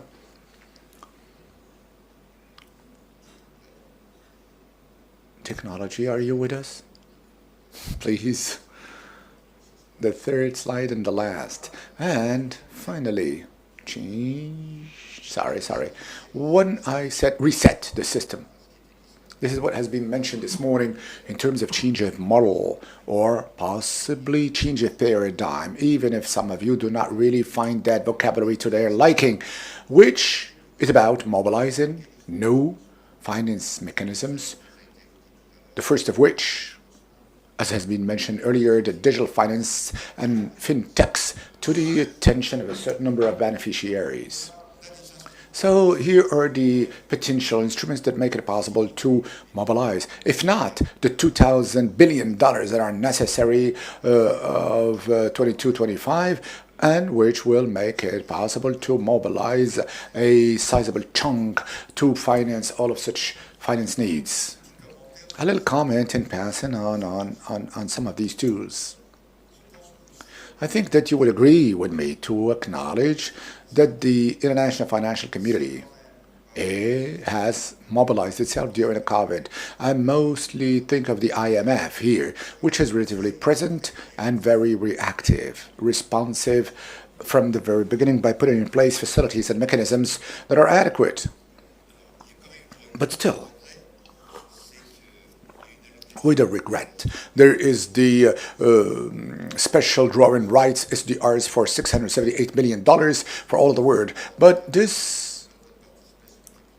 is part of your equity in the participation to the fund. The United States are the most important beneficiary. My country, France, is the fifth beneficiary in view of its weight or clout in the equity. So there is a kind of form of absurdity in the mechanism. And hence, the African countries have only benefited by $23 billion of the $650 billion that have been mobilized. The OECD countries did promise to reallocate a part of the drawing rights that they did not need. But as to what I know, this amount has not been reallocated.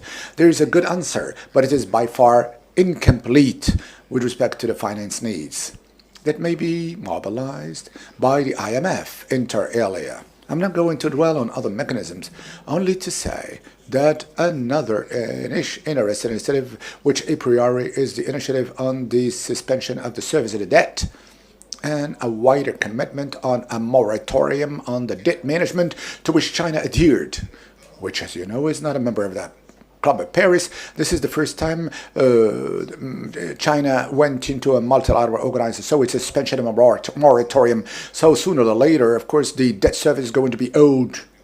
So it makes it to have a breather, but it's not structural solution.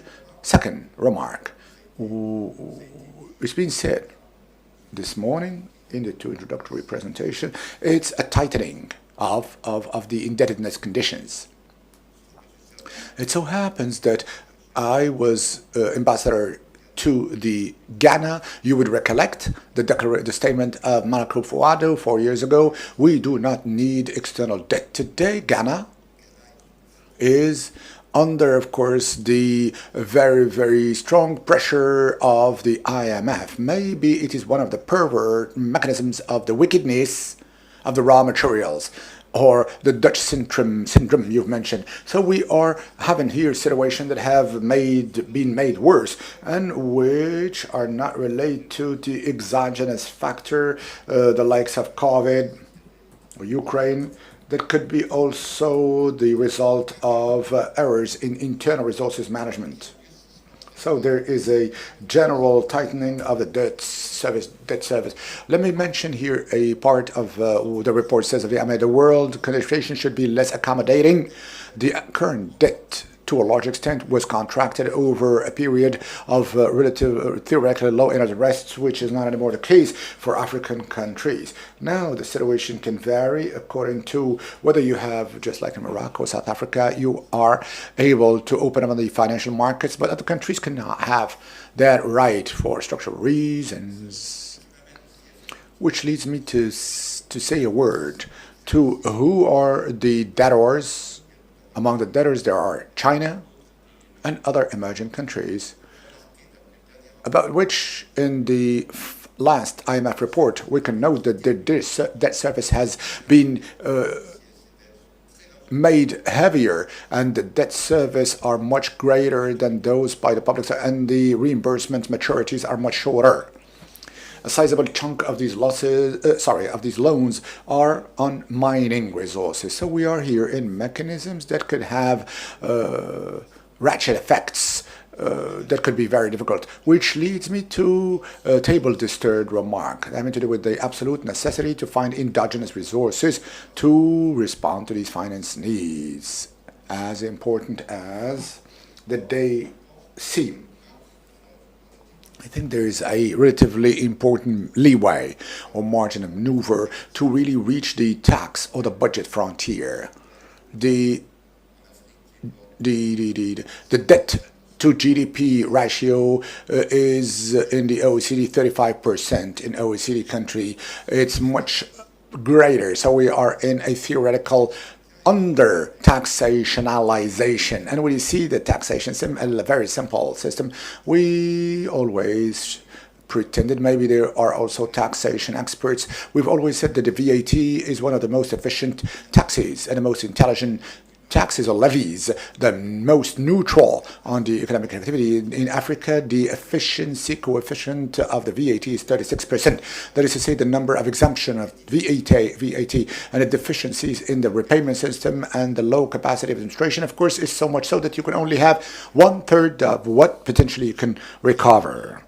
So there's also an important leeway on the mining and oil taxation system. The only country that comes out and stands out on its goods taxation, it's the Botswana on diamonds. By the same token, this is the only country that has not been under the wickedness of the raw material by creating a development fund for the future generations, which is none of that in Norway, but in any case, to a large extent, very significant. So as I see things, I think this point of view is shared by you, is to find endogenous resources, presupposing the extension, mobilization of a financial endogenous system that be particularly efficient. But then you would retort, just like in Casablanca or Lagos, the financial market does exist in Africa, but you don't know maybe the third African stock exchange is London. Maybe the second African stock exchange is London. In terms of mobilization, endogenous mobilization, it's quite problematic to have a sizable chunk of investors who are coming to look for financing on a stock exchange which is not in Africa. I could also mention Mauritius as one of these financial markets. There are some promising outlooks to which we can add the outlooks with venture capital and capital investments, and a lot of these foreign direct investments are Moroccan, Kenyan, and South African, and much less so European, and a lot more so African. And I think this is important to underline this point, because there's this, people tend to say that FDIs come from the US, China, and there are more and more FDIs are geared towards Africa.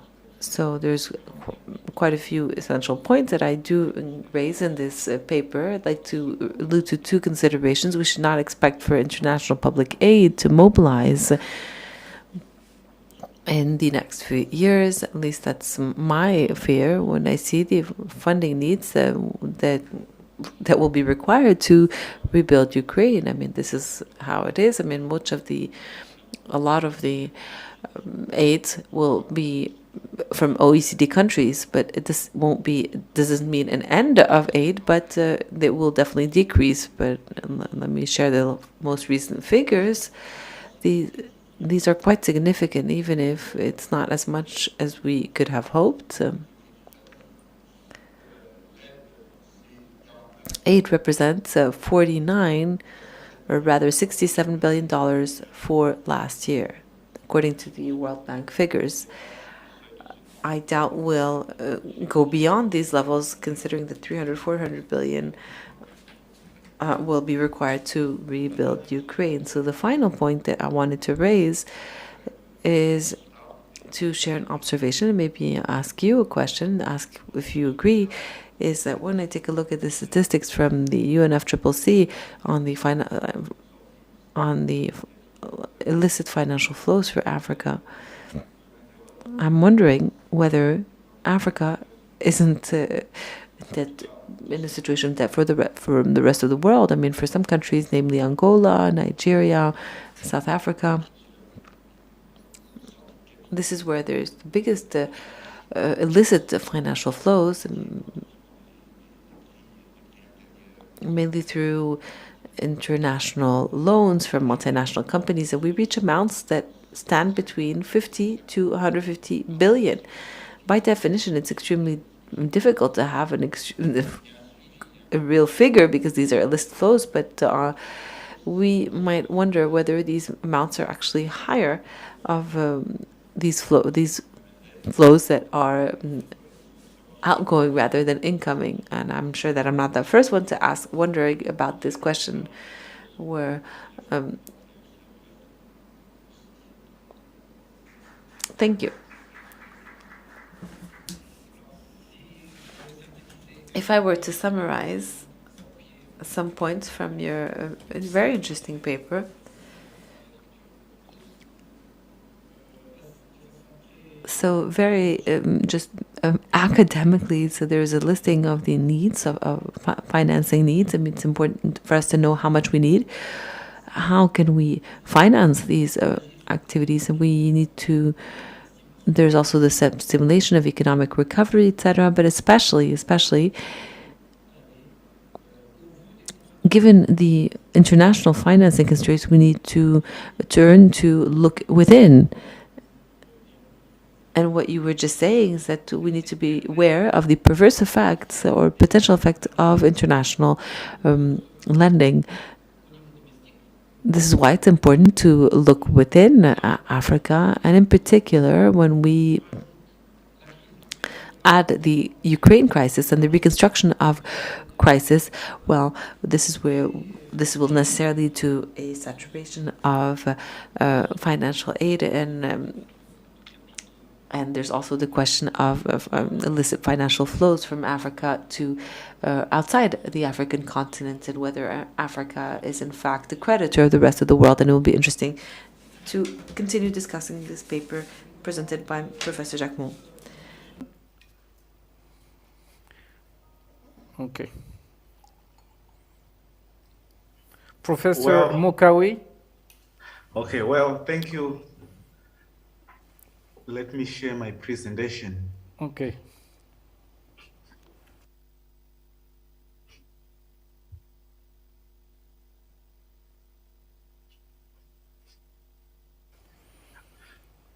The impact of the COVID-19 on the activities of the African Union Commission. So we'll listen to you. Okay, so let me start. I'm Dr. Solomon Mtai. I'm presenting this from Zimbabwe. So my presentation is centered on the topic, the impact of COVID-19 pandemic on the activities of the African Union Commission. So I'll be focusing on the commissions of the African Union. So the African Union as an organization has actually created some economic commissions with the aim of promoting good governance and sustainable development in Africa. So these economic commissions, they actually help in representing the African Union. As well, they also defend the interests of the African Union. Generally, the activities of the African Union Commission were heavily affected by COVID-19 pandemic. So the COVID-19 outbreak actually posed some negative effects on the day-to-day affairs of the African Union Commission. So the major areas that were being affected by COVID-19 pandemic, they include the agricultural sector, trade, that is intra-African trade, as well as inter-African trade, then the mining sector, the manufacturing industries, and the financial sectors, among other sectors. So basically, these sectors are actually key towards the development in Africa, and they were all affected by COVID-19 pandemic. In addition, COVID-19 pandemic has also affected the achievement of AU's long-term plans. So AU, the African Union as an organization, it has got both short-term and long-term plans, and all these were negatively affected by the COVID-19 pandemic. So one of the long-term plans or agendas of the African Union, there is the Agenda 2063. And this Agenda 2063 was negatively affected because the African Union as an organization actually has a pace in order to achieve the objectives that are outlined in the Agenda 2063. So the coming in of COVID-19 actually adversely affected the pace that was actually being taken by the African Union towards achieving the objectives or the Agenda 2063. In addition, African Union, the COVID-19 pandemic also affected the the African Continental Free Trade Area. So as an organization, the African Union, it has a vision to improve trade across Africa. So African Union has created the African Continental Free Trade Area. So the coming in of COVID-19 has also impacted adversely, negatively on the African Continental Free Trade Area. So according to the AU report on 14 September 2021, a total of 8 million about 8 million COVID-19 cases were actually recorded across Africa, and 204,025 deaths were also recorded across the region, across the continent. So as we can see, these are actually huge numbers statistically.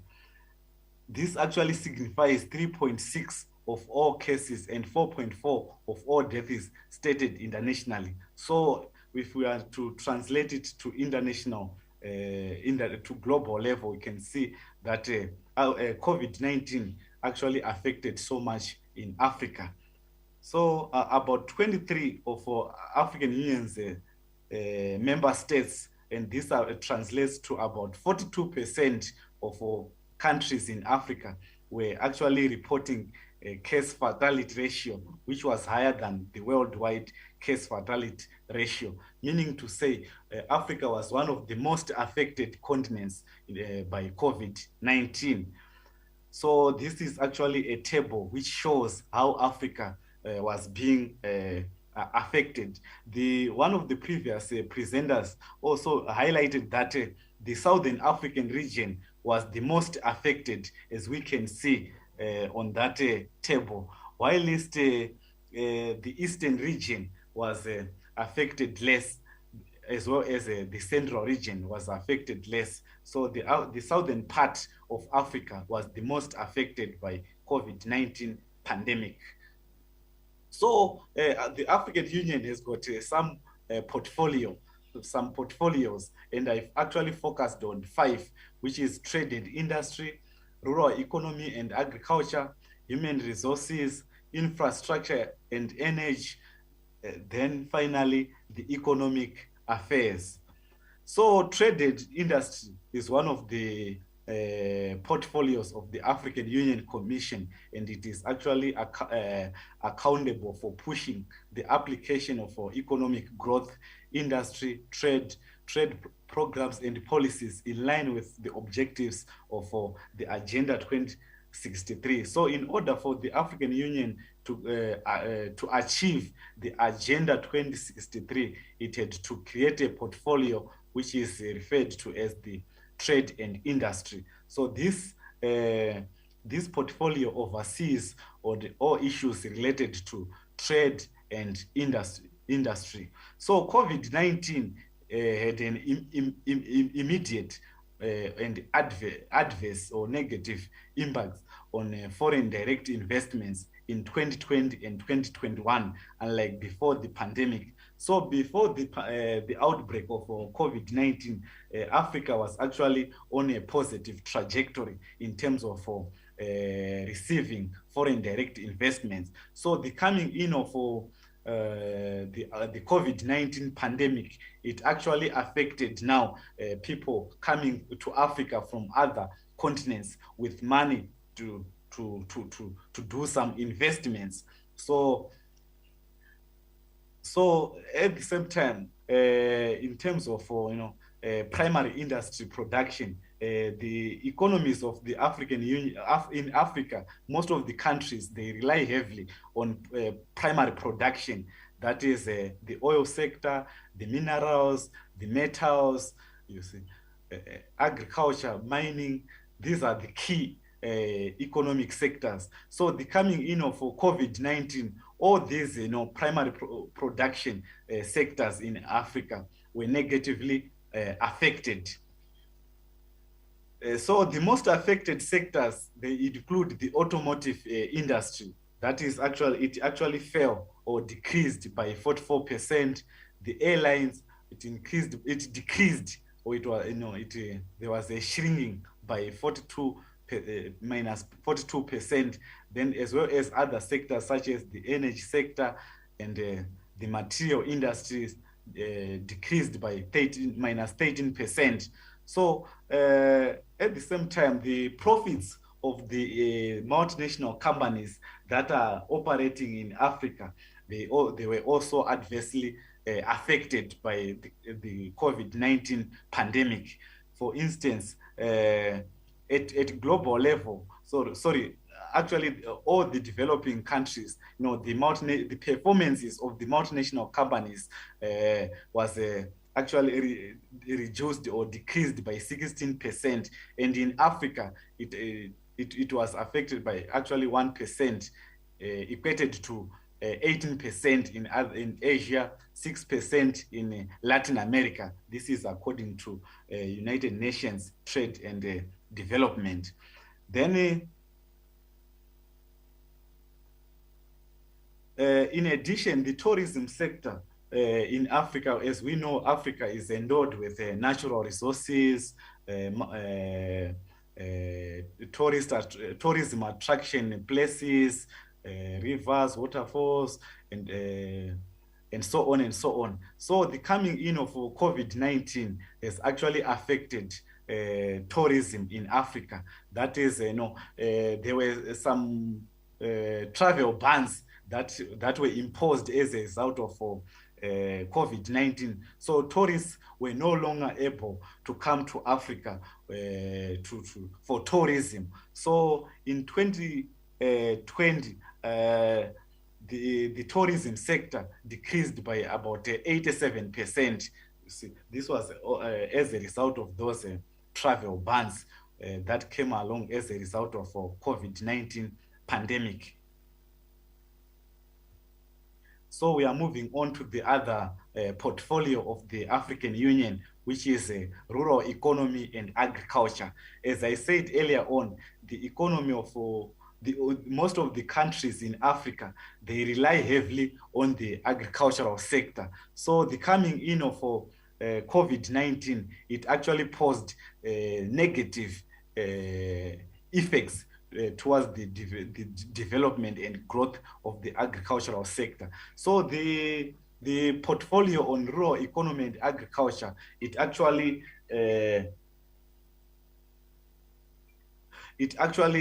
determines the inclusive aims of the rural development, blue economy, agriculture, and sustainable environment. So this portfolio, it oversees on the development that takes place in rural areas across Africa.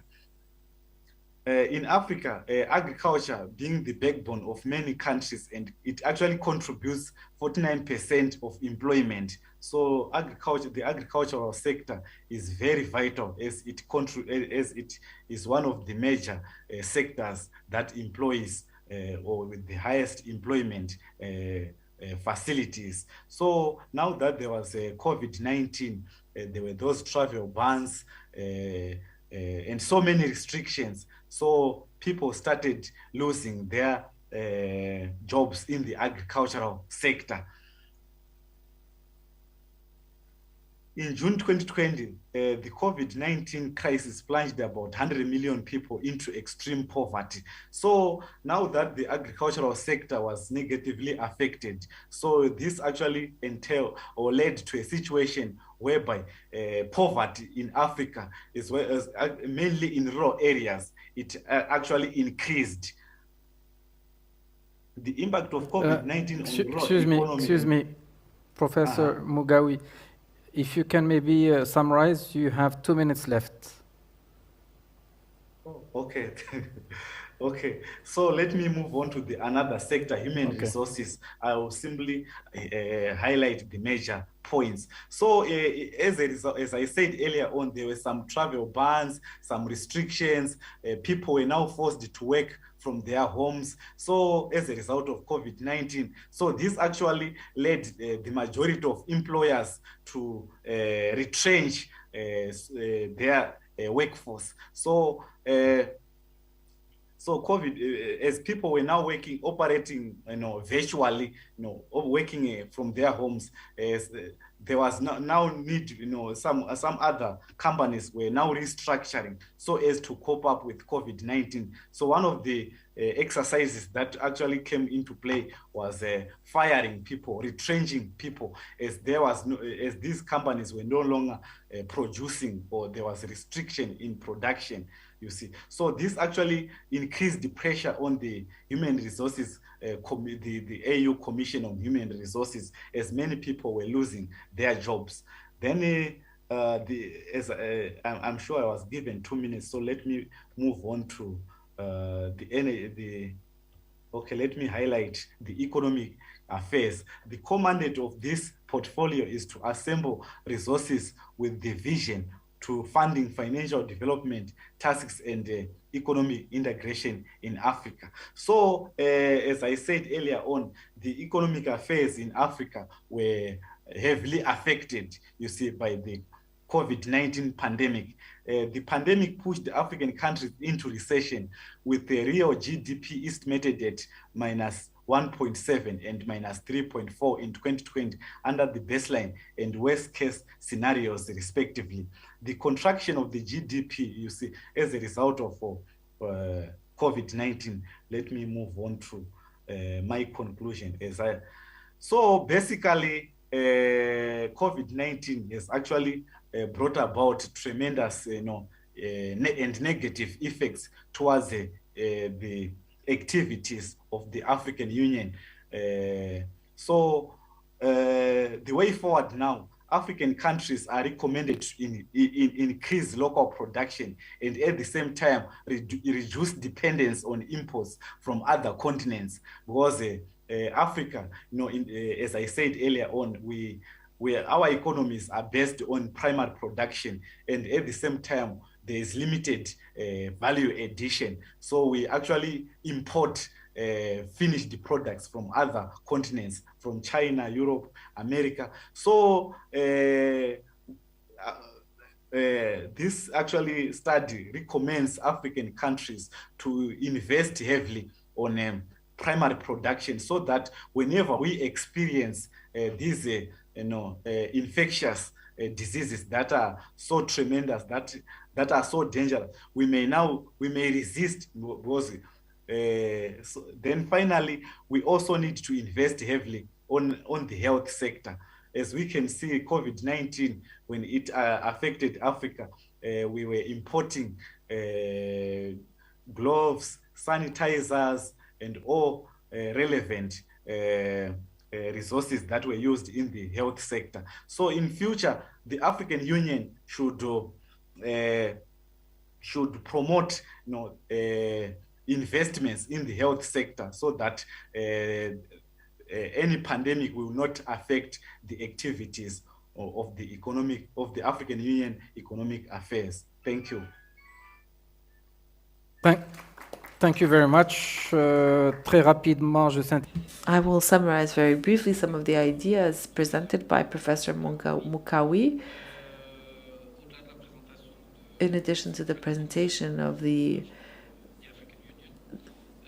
African Union Commission, he mainly presented, but he tried to quantify the effects of COVID-19, covering a certain number of sectors and the portfolio of activities of the AU Commission, so for trade, agriculture, the industry, and the financial sector. In addition, he documented the different agendas that were established before the crisis by mentioning that we are lagging behind in some of the solutions, even if I have a few reserves that about the solutions that were presented by Dr. Mugawi, that we needed to invest heavily in digital technology to address these economic issues. I mean, it's one solution, but it's not the solution. I will now, without further ado, give the floor to our third speaker. Professor Joe. He is going to be discussing Africa's post-COVID recovery at the continental level, non-tariff barriers. Please, it's your turn. Thank you. Mesdames et messieurs, merci de... Ladies and gentlemen, thank you for giving me the floor. So I unfortunately don't speak much French, so please allow me to give my presentation in English. Thank you so much for hosting me today. I'd like to thank the Policy Center for the invite and all its members of staff for facilitating this important day, as well as my very learned colleagues beside me. So I'm going to talk of non-tariff barriers vis-a-vis the African Continental Free Trade Area Agreement. I'm going to be delivering on a strictly oral format. So I think we should just start by defining what non-tariff barriers are.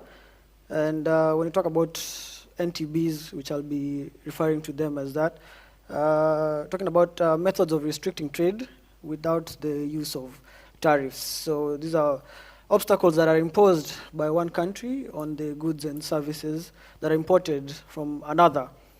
There's many reasons that they exist, but some of them include one country trying to influence the other, but mostly it's based on protectionist measures of local economies. Now I'm going to be as efficient as possible in the interest of time, so bear with me. Now, the United Nations Conference on Trade and Development, that is UNCTAD, estimates that non-tariff barriers are about 3 times more restrictive than custom duties. The same body also estimates that about $20 billion of GDP may be gained if Africa would be able to tackle non-tariff barriers. This is, of course, on an annual basis. Now, the COVID pandemic had a particularly drastic effect on the continent, as we all know. And the first effect on Africa was through the international trade partners. Remember that COVID affected the whole world, but initially it began with the international trade partners for Africa. We know that a large majority of Africa's trade is done with international partners, over 80%, in fact, in comparison to about less than 20% that is done between African countries. This is in contrast to continents such as the EU, where about almost 70% of trade is done between countries, and in Asia, it's around 60%. So when we get to counting the cost of the pandemic, we can begin by saying that the economic responses by African countries began with fiscal measures that were used in expanding on the health sector, which was drastically affected. Remember, the COVID-19 was unprecedented, and Africa was largely unprepared for this. So on top of that, we had global and regional international trade finance institutions who came together and mobilized resources to help tackle this pandemic. We saw about 230 billion USD gathered, and about 75 billion of this went to the poorest countries. We also saw regional financial institutions such as the African Development Bank mobilize about $10 billion. The African Union itself came up with about the same. We also had the World Bank, which came up with 160 billion. And we also had the Afrexim Bank, which came up with about $3 billion to tackle the pandemic on the continent. What we saw, which was interesting, was that there were financial institutions that actually floated bonds during the same period in order to raise funds. And we saw the FDB, that is the African Development Bank, float a bond of about $3 billion. And on top of that, we had Eurobonds, which were also issued. And these were subscribed to by countries such as Cote d'Ivoire, Benin, and Ghana. Now, another effect that the pandemic had on the continent was that we had capital flight as nations tried to battle the pandemic. The first way in this happened is that nations spent a lot of money to purchase vaccines. What we saw during the pandemic was sort of regionalism or nationalism in capitalist terms, whereby nations that had money purchased vaccines for their citizens, and they made pre-orders, and they had to be prioritized by the manufacturers of these. So a lot of money also went into social protections. Like I said, the COVID pandemic was largely unprecedented and unexpected by the continent. So we saw government spending a lot of money because the social sector was brought to its knees. So social protection measures spent up a lot of money. Another effect that the pandemic had was that national debt drastically increased from its already very high numbers. And at its peak, we had the IMF stating that around the end of 2020, the debt to GDP percentage was about 98%, which was extremely high. Of course, this has come down in recent times, but at its peak, that was quite a drastic height that the pandemic gave. Now, we also saw some governments coming out to seek debt restructuring. Most notably, we saw Zambia and Angola because of the strains that the pandemic had on the already fairly strained economies. However, as I said this, I must note that we cannot resolve the debt question without tackling non-tariff barriers, because this goes hand in hand, which brings me to the topic of non-tariff barriers and the Africa Continental Free Trade Area Agreement. Now, around 2018, we had a majority of African countries gathering in Kigali in Rwanda to sign the agreement that established the Africa Continental Free Trade Area, although work for this had already begun years ago. Now, this agreement consolidated about 1.3 billion people with a combined GDP of about $2 trillion and more.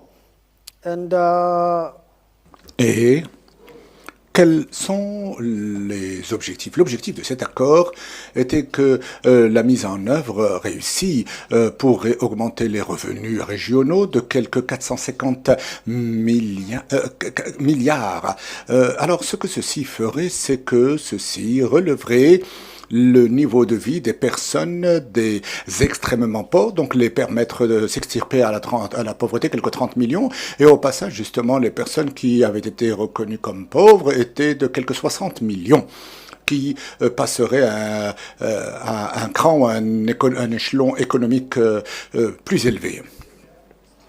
Alors, Alors, les États africains doivent créer des chaînes de valeur à travers la manière de gérer les tarifs, les barrières non tarifaires, mais l'accord, justement, stimulera le commerce intra-africain qui est, comme j'ai dit auparavant, de moins de 30% par rapport à nos voisins au niveau de l'Union africaine, qui est un peu, à l'instar de l'Asie, de plus de 70%. Ce que nous avons noté, c'est que l'Afrique doit retirer quelques 90% des tarifs qui sont déjà imposés aux produits pour réagir. Donc, encore une fois, lorsqu'il s'agit de de barrières non tarifaires, il faut également agir. Ceci étant dit, le fait de traiter les barrières non tarifaires ne peut être efficace que si nous réduisons également les montants de tarifs imposés. Nous n'allons pas faire beaucoup de progrès si cette mesure n'est pas prise auparavant. En fait, les négociateurs de l'accord font appel à l'élimination, au suivi, à l'évaluation des activités anti-barrières à travers des mécanismes. Ce qui est de bon dans cet accord, c'est que nous avons l'annexe 5 qui traite de manière ad hoc, qui a traité de manière ad hoc des barrières non tarifaires en permettant l'identification, la catégorisation, ainsi que l'élimination progressive des barrières non tarifaires. Ceci étant dit, les mécanismes peuvent être trouvés sous tradebarriers.org et ça a été fait avec l'Union africaine, avec le PNUD. Et alors, pour ce qui concerne les mécanismes, avant les mécanismes, nous en avions d'autres similaires, mais de taille plus petite, à savoir des barrières non tarifaires tripartites, des mécanismes dans la partie de l'Afrique australe et également orientale qui ont eu également des accords à travers l'Alliance englobant également le secteur privé. Ça veut dire qu'il y avait déjà des activités, des mesures qui avaient pour but la réduction des barrières non tarifaires après l'accord. Alors, les post-mécanismes capitalisent les mécanismes et ne prétendent pas les supplanter, mais plutôt les compléter. Ceci étant dit, cela veut dire que l'accord est compatible avec ces paramécanismes qui existaient avant l'existence des mécanismes. Et pour ce qui concerne l'annexe 5, en fait, les communautés régionales doivent mettre en œuvre et renforcer également les mécanismes de barrières non tarifaires existants et mettre en œuvre les mécanismes d'élimination. Alors, les mécanismes de barrières non tarifaires, suite à l'accord, essentiellement, c'est un site qui est convivial, qui vous permet de connaître ces informations, de soumettre un rapport sur les barrières non tarifaires qui ont été mises en œuvre pour permettre la mobilité des produits et services à travers les pays. Alors, ce qui est advenu, c'est que ceci est assuré par les responsables dans et de chaque pays et les unités spécialités notamment avec le secrétariat qui vérifie justement les niveaux de conformité. Le mécanisme est ouvert au secteur privé, ce qui est une bonne chose en soi, et ainsi chaque entreprise, y compris les micros, les petites MPME, peuvent soumettre la rapport une fois qu'ils ont rencontré des difficultés, barrières non tarifaires. La mise en œuvre permet justement les demandes, si bien que les particuliers, les individus n'ont pas besoin justement, peuvent le faire hors ligne. Les barrières non tarifaires de l'ASLECAF sont disponibles à travers les points focaux nationaux, les secrétariats des CER, les chercheurs économiques tels qu'un peu vous-même, nous-mêmes, et également les différentes parties concernées. Ceci veut dire tout commerçant, toute personne opérant dans le commerce qui fait l'objet de barrières non tarifaires. L'objectif de ceci, c'est de résoudre les problématiques qui, jusqu'à présent, n'ont pas été résolues au niveau du niveau des communautés économiques régionales et également sont dans le cadre des communautés intrarégionales et qui sont soulevées par ceux et celles qui ne font pas partie d'une CER. C'est aussi ouvert que possible. Alors l'Afrique a plus d'1 millier de langues qui y sont parlées. Alors ce mécanisme, ce qu'il a fait et permis, c'est qu'il a mis en œuvre un mécanisme qui permet de traduire de manière continue et d'ajouter de nouvelles langues, de sorte qu'il puisse être aussi inclusif que possible. Mais bien sûr, les principales langues ainsi parlées, pratiquées en Afrique, à savoir l'anglais, le français, le portugais et autres langues parlées en Afrique.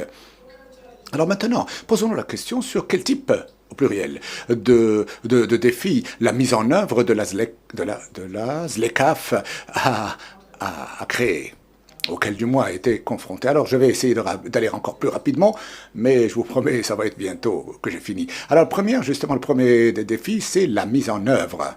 Comme nous le savons. En fait, le problème, c'est que l'Afrique manque d'institutions supranationales pour s'assurer de la conformité. Rappelez-vous que l'accord de la ZLECAf est mu par ses membres et ainsi ça devient donc une problématique, à savoir comment mettre en œuvre de manière stricte sans vraiment pousser trop les membres. Il va falloir les inclure autant que faire se peut. Nous avons également les discrétions nationales qui sont plutôt larges et probablement justement les nations vont aller en conflit ou entrer en conflit avec les autres États ou les autres nations, ce qui veut dire qu'il y a un manque de prévisibilité étant donné que les solutions au conflit ne sont pas vraiment opérants ou ne sont pas forcément contraignants. Il y a également au niveau de l'accord l'utilisation du mot progressif lorsqu'il s'agit de traiter des barrières non tarifaires. Ceci permet justement aux États justement d'imposer des barrières non tarifaires lorsqu'il s'agit de mesures protectionnistes. Alors comment nous pouvons gérer tout ceci? C'est en mettant en œuvre justement des règles équivoques et donc non équivoques pour éviter tout problème. Probablement le défi le plus important. In fact, poor governance in itself is a non-tariff barrier. And what this means is that, when you have poor governance, you have corruption. This impacts infrastructure, which is essential in trade, especially in intra-Africa. And, eventually this leads to things such as poverty increasing. What we need is accountability and transparency.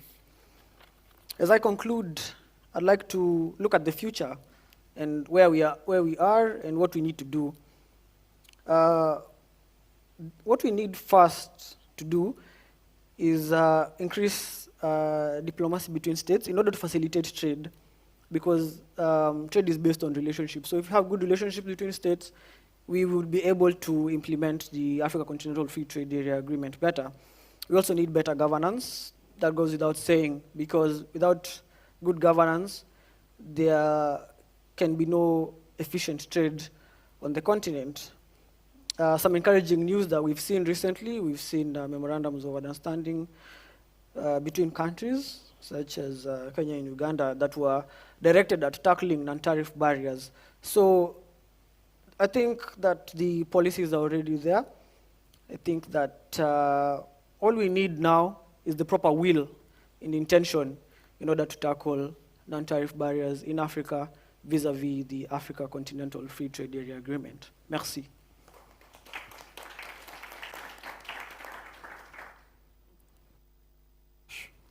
Deux petits mots.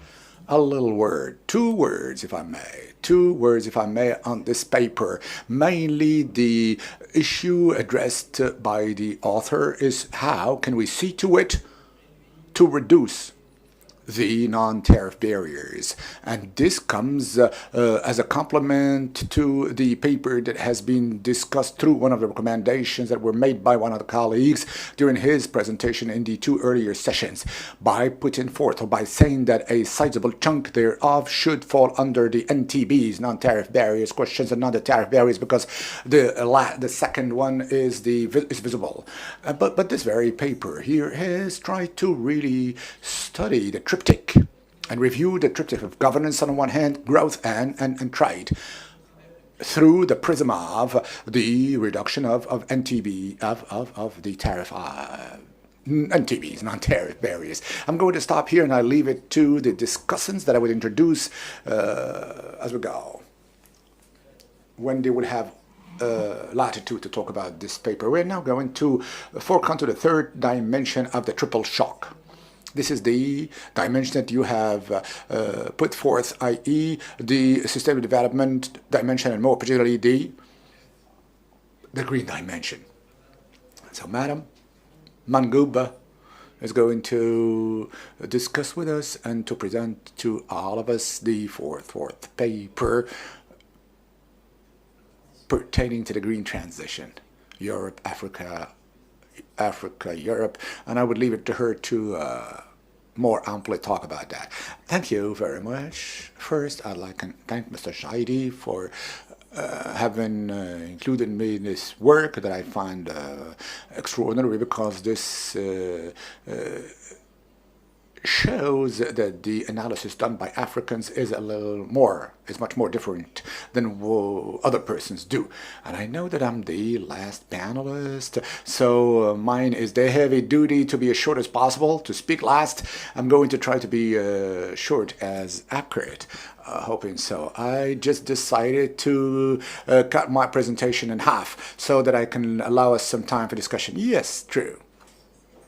That this issue this year, I was working with my colleague Hind Berhab on the green transition in the Africa-Europe relationship. We've taken stock of the situation, and we've also seen what are the prospects.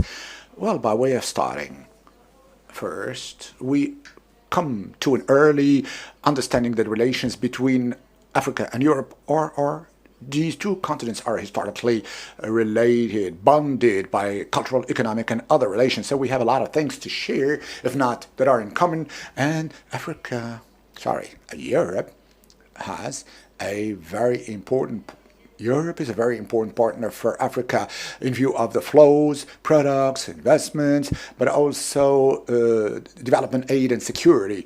On the other hand, we have an Africa which is comprising the potential market for Europe. We're here talking about a continent. Independently of what happened during the COVID crisis, it's the continent that is now having the highest growth rates ever.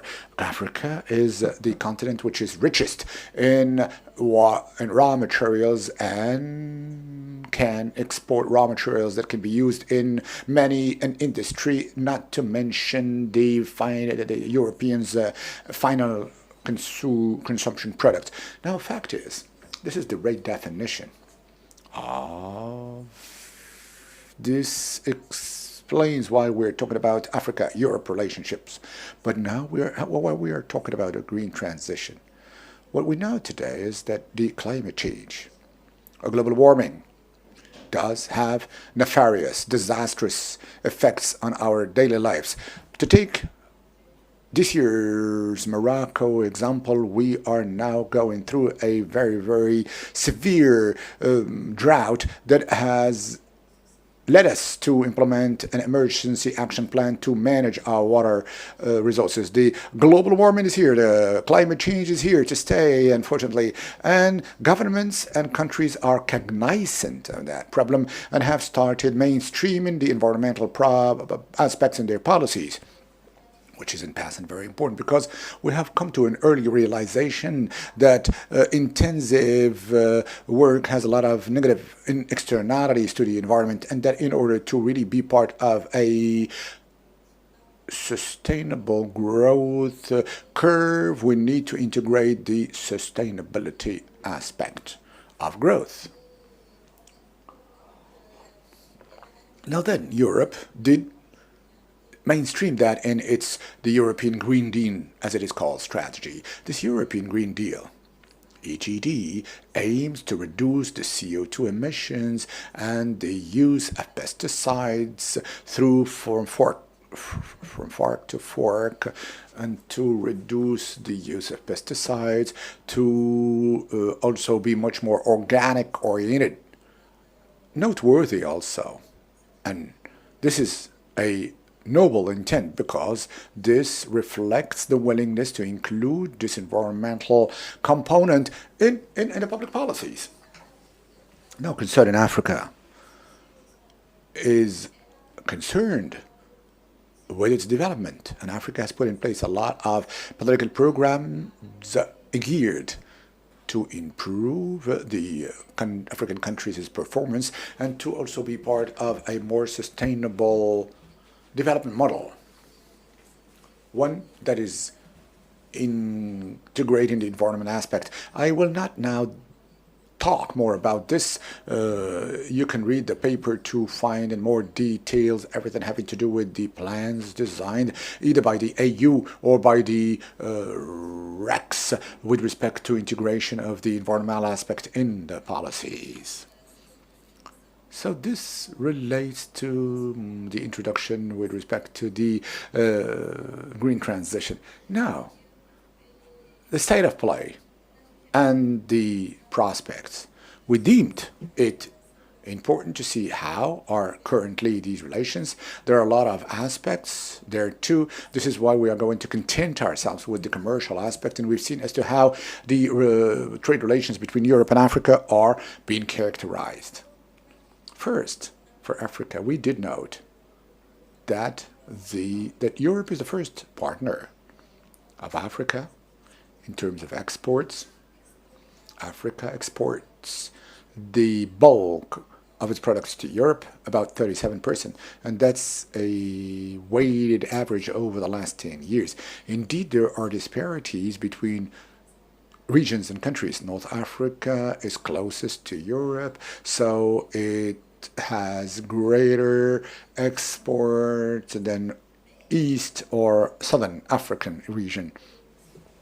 But by making an analysis in the evolution over time, we've noted that these shares dedicated to the European demand are now nosediving over time, and we are now exporting much more to Asia than to Europe. So we are now asking ourselves a question as to we are now entering into a new era of redistribution of reshuffling of cards, whereby we will be having much more trade relations with Asia than with Europe. But this is not a question I can answer to because it calls for a more in-depth analysis. But we can highlight the fact that there is a reduction of the trend of from Africa to Europe than the contrary trend reduction. Now with the setup of this Green Deal strategy, Europe was keen on setting up other barriers to trade or to exports with a view to encourage African countries and others, to encourage them to start or to embark on a green transition with a view to reduce their footprint in terms of carbon in the exported products. They've identified 5 landmark products that are iron, steel, fertilizers, and oil. And they set up a political instrument called the carbon tax to reduce the consumption of European countries, of those countries that are told to be carbon intensity, high carbon intensity, but while so doing to encourage the other countries to reduce their to increase the cleanliness of their production process. Unfortunately for Africa, the 3 landmark or salient products are among these products that are generally oil. A lot of African countries export gas and oil to Europe. The transport products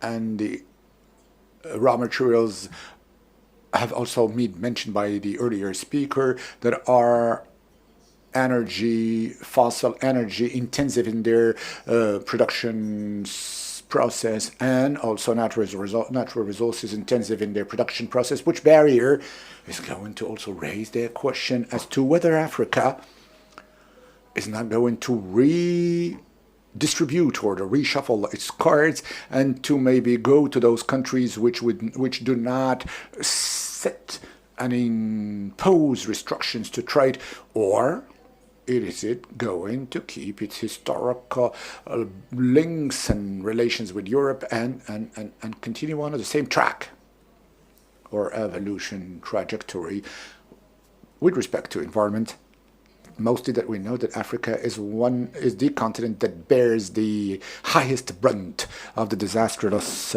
impacts of climate change. Now, Africa being on that path, well, it is in its interest, in Africa's interest to do so. This will allow African countries to build, because now Africa is building a whole development model.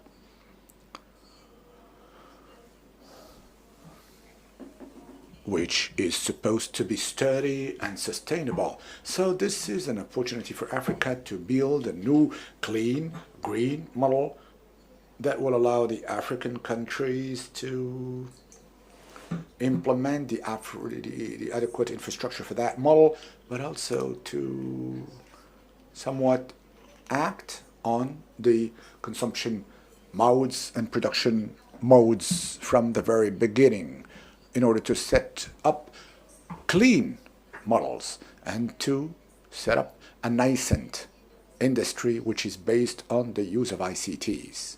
Clean technology. So this is an opportunity for Africa, but at the same time it's going to generate funds, but in so doing employment, and it's going to generate a whole well-being and improvement of the well-being of Africans.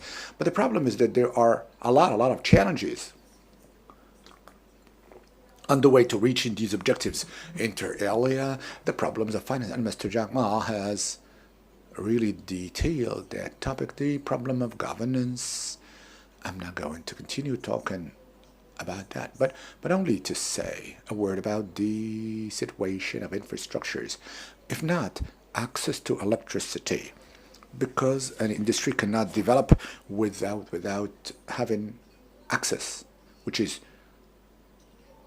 sustained and which is guaranteed over the time of the industry. And it's true for Africa, because only 56% of the population of Africa is having access to electricity. And these needs for the electricity level is not always even, which impedes the implementation of viable projects that can take place over time. Another problem has to do with the natural resources. We are all aware that Africa is a very rich continent in terms of natural resources, but in fact we should not become prey to or fall into the trap of over-exploitation of these natural resources, whence agriculture, which is the one that uses most these resources. And agriculture in Africa, indeed, for the time being, agriculture is characterized by a quite low, weak productivity level. To improve this productivity, we need to intensify the work, and intensification is tantamount to risk of over-exploitation of resources, not to say pollution of resources, including water. So this is a challenge for Africa, not only for the restructuring of the agricultural sector with a view to have a quite high productivity and generating fund, but also in food security terms.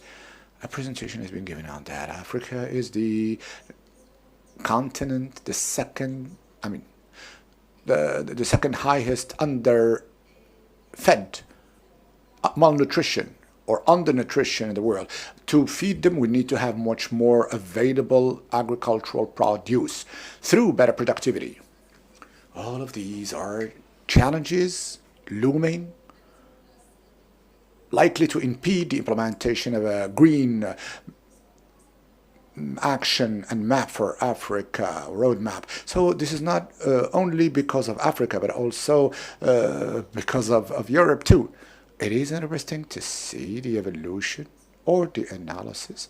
The paper has been drafted before the COVID crisis, and we were talking about the pre-Ukraine crisis challenges, and we've talked about the structural challenges, including the problem of the implementation of agricultural products, even if they are not really included in the carbon tax or non-tariff barriers. But over time, we may think that over the long run, we'll also have to talk about them. Once, for agriculture, common agricultural policy in France, from field to fork, fork policy, which policy aims to make farmers, to greenify the farmers. It promotes the use of green technologies. It spurs the reduction of the use of pesticides by 50% by farmers, as well as the greenhouse gas CO2 emissions by 50% reduction. To do so, it has released subsidies of 27% of all of the subsidies, but it's only 25% that are going to be geared to to become greenification. Now 75% still remain in the conventional agriculture, and hence we have much more. There is more willingness, keenness to go towards that. One word, and I'll finish. That willingness is here to greenify things. One very last comment that I would like to make, very interesting in passing, is that when we analyze this problem, it was before the Ukraine crisis, and Europe has started that trajectory. But with the gas problem, with the Ukraine crisis, European countries are now hastening towards signing contracts to have more gas and more oil. So we are here before a conundrum, not to say a dilemma, because the current situation has pushed the Europeans to want to secure energy stocks for the heating and other purposes, industrial purposes. But we have noted this dichotomy, duality, not to say coming back to fossil fuel energies with the reopening of coal-operated or coal-fueled plants in Europe, which is in contradiction with what has been done. It's a dynamic world. Indeed, there are time-bound priorities, but I imagine that the roadmap to greenify things must be kept in mind in order to succeed in implementing a sustainable model that is sustainable over time.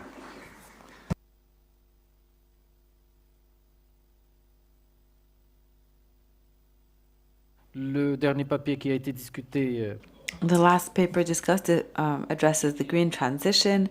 We have the pleasure of having with us two discussants. The first is Mr. Philippe Chattenman, who is the coordinator of the Energy Priority Division, who addresses energy transition issues, transport mobility within the German cooperation GIZ. We also have with us someone with this dual role of a practitioner and an academic and a researcher. He was virtually part of all of the negotiations involving FTAs and between Morocco.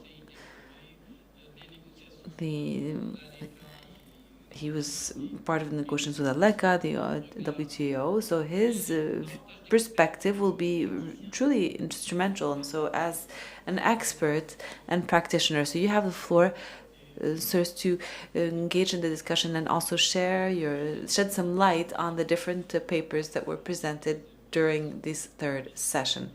Gentlemen, the floor is yours.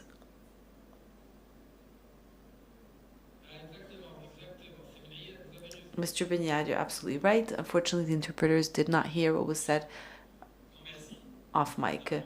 Thank you very much. First of all, I would like to thank the Policy Center for having invited me, and for the speakers for this great food for thought. I mean, it was really interesting, and I was asked to comment on issues regarding the sector that I'm involved in, which is energy.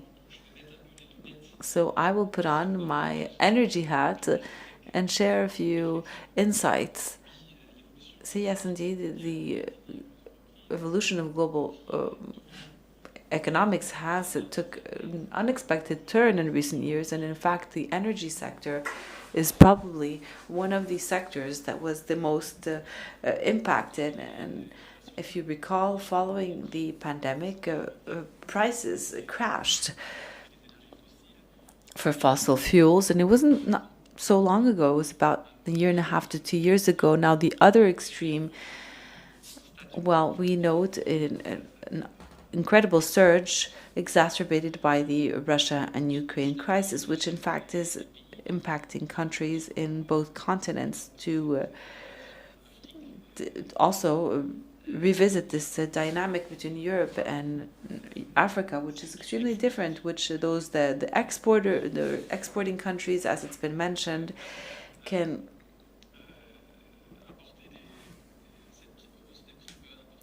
for whom, well, this price increase can bring some great prices for their economies, and those that import, well, are in a different situation. So maybe we not only need to see the sense of belonging of the continent, but also to see which group of countries we are part of, the importers or the exporters. So there are seem to be some similar situations that arise in both continents. We might also wonder whether this global energy crisis is deprioritizing the protection of the climate. As you very well mentioned, in Europe, we're trying to ensure the supply these coal-powered plants are being reactivated. We are importing gas and liquefied natural gas instead of pipeline gas from pipeline, which is more harmful to the environment. Just to ensure that, supply. It's true that in the short term, I agree. However, I believe that this crisis has changed the perception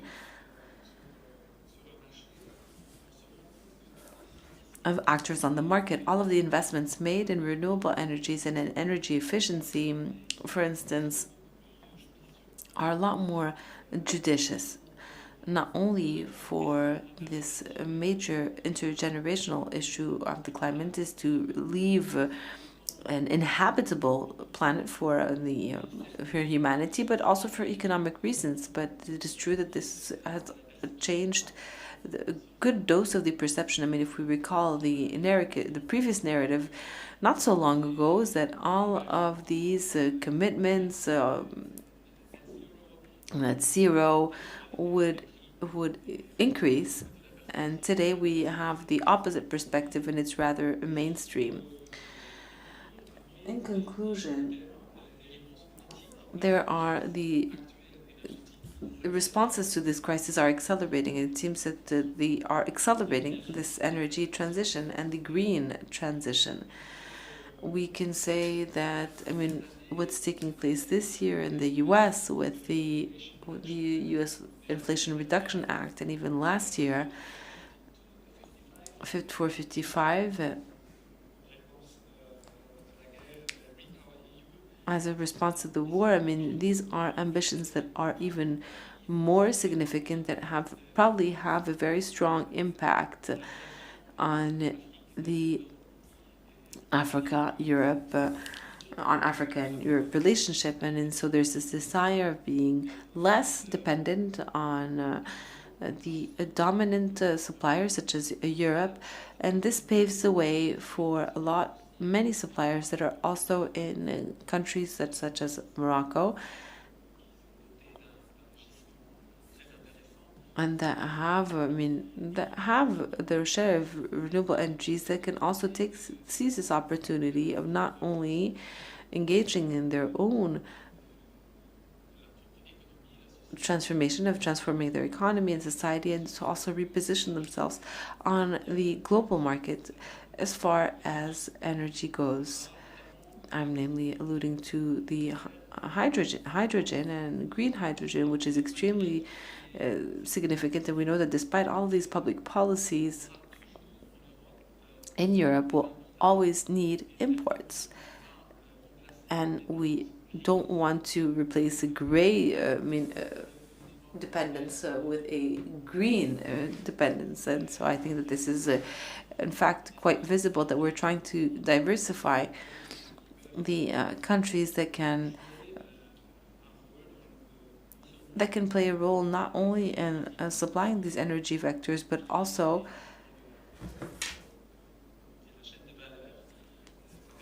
those that are in the value chain. For instance, for green hydrogen, for the power to eat, there's also great opportunity for local content here in Morocco.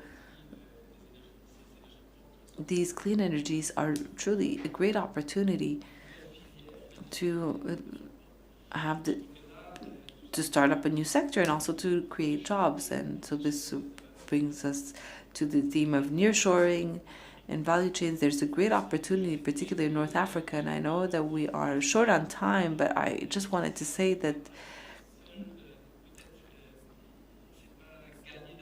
I mean, the battle isn't won already. I mean, it's important to also mention we shouldn't forget the question of financing. As Mr. Jacquemont said, it's important to mobilize the private sector here, and there are definitely some efforts that need to be made here. We need to improve the investment conditions, and this is a very important task that governments need to engage in, and that can truly make a difference, because it is obvious that it is not public money that will suffice. I mean, if we know that, for instance, a solar plant, power plant, PV power plant, I mean, for costs, for instance, in Germany are lower than an emerging country that has better weather conditions, and so there's reasons for that. And this is where the shoe pinches, and this is the really the opportunity that that needs to be taken. And there's also the non-tariff barriers, and so that the world isn't static. If we don't accelerate things, this green transition in Africa, there will be a huge opportunity cost, because CBAM and there are other mechanisms that will also be able to have access to the market. So yes, it's definitely a great opportunity, but it is also a great challenge with great opportunity costs if no action is taken. Thank you, Professor Benayad. Thank you. So I would like to thank Larabi and the Policy Center for this invitation and for this these insightful conversations and exchanges. So there's a lot to say, but I will stick to 2 to 3 minutes given the time constraints. So first, with regards to financing, we are experiencing a paradox. Everyone agrees to say that Africa is rich, but doesn't have any financing. There seems to be a real issue of resource mobilization. Recently, I had an opportunity of working with an African country, and we were discussing agricultural development, and we visited some fertile and arable lands that were unusable, and the country is practically importing all of its fruits and vegetables. So here's a resource, but it is not usable because the land belonged to tribes, and so as such they could not be used, and their tenure is not clear. If there's no tenure, there's no ownership, there's no possibilities for investments, neither national nor international. So here's a source of wealth that is mobilized and that cannot be tenured.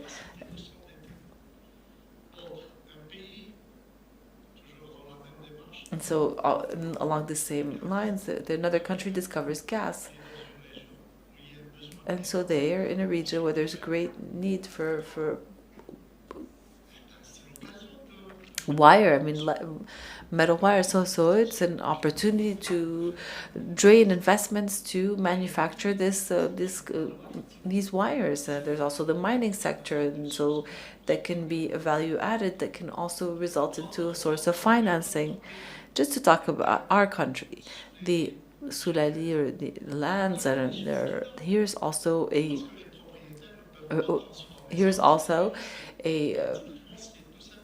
an issue where these lands that can't be tenured, that this is land that can be mortgaged or whatnot. And so I believe that these issues that Africa is dragging along are truly hindering its endogenous financing capabilities. If we were to add along this illicit financial flows, the lack of transparency, etc., well, this is extremely discouraging, and this discourages financing even more, investments even more. So this, which begs the question of governance and of political stability, which are prerequisites for any economic activity that is robust and sustainable.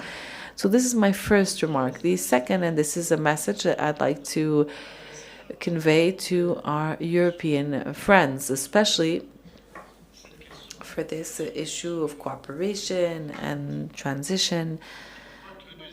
I believe that our European friends currently are losing momentum as far as their cooperation goes with Africa. And I'm conveying this message hand on heart. There is this cultural proximity. There's quite a lot that ties us together. There are some political currents nowadays, and unfortunately this Ukraine war is further exacerbating this situation, who believes that the plight of Europeans is immigration. However, immigration is merely a consequence of European policies in Africa. So this legacy further complicates this relationship with Africa, and Europe is not ready to take the necessary step back to reconsider its positioning in Africa, especially faced with players that neither have that don't have a colonial history, and that also have the technological power. And here I'm alluding to China. China is ahead of the game of everybody in terms of technological advances, and if there's a challenge that Africa needs to tackle, it's not necessarily the energy transition, but it's the technological transition. Africa is off base in this field, and the technological transition that we are experiencing is a fundamental transition that will change the economy. The working world will completely be transformed. It will be a lot more atomized, automated. We will witness other forms of work. And currently, for instance, in Europe, it's normal. I mean, you sign a permanent agreement in 3 days, long LTA. I mean, it's 3 days or a fixed contract. It's 3 days in the office and the rest of the days at home, working from home. And so we need to talk about integration with respect to this challenge. How can Africa position itself to face this challenge? And so this discussion isn't even on the table. It's not even at an embryo, at a burgeoning stage. It's as if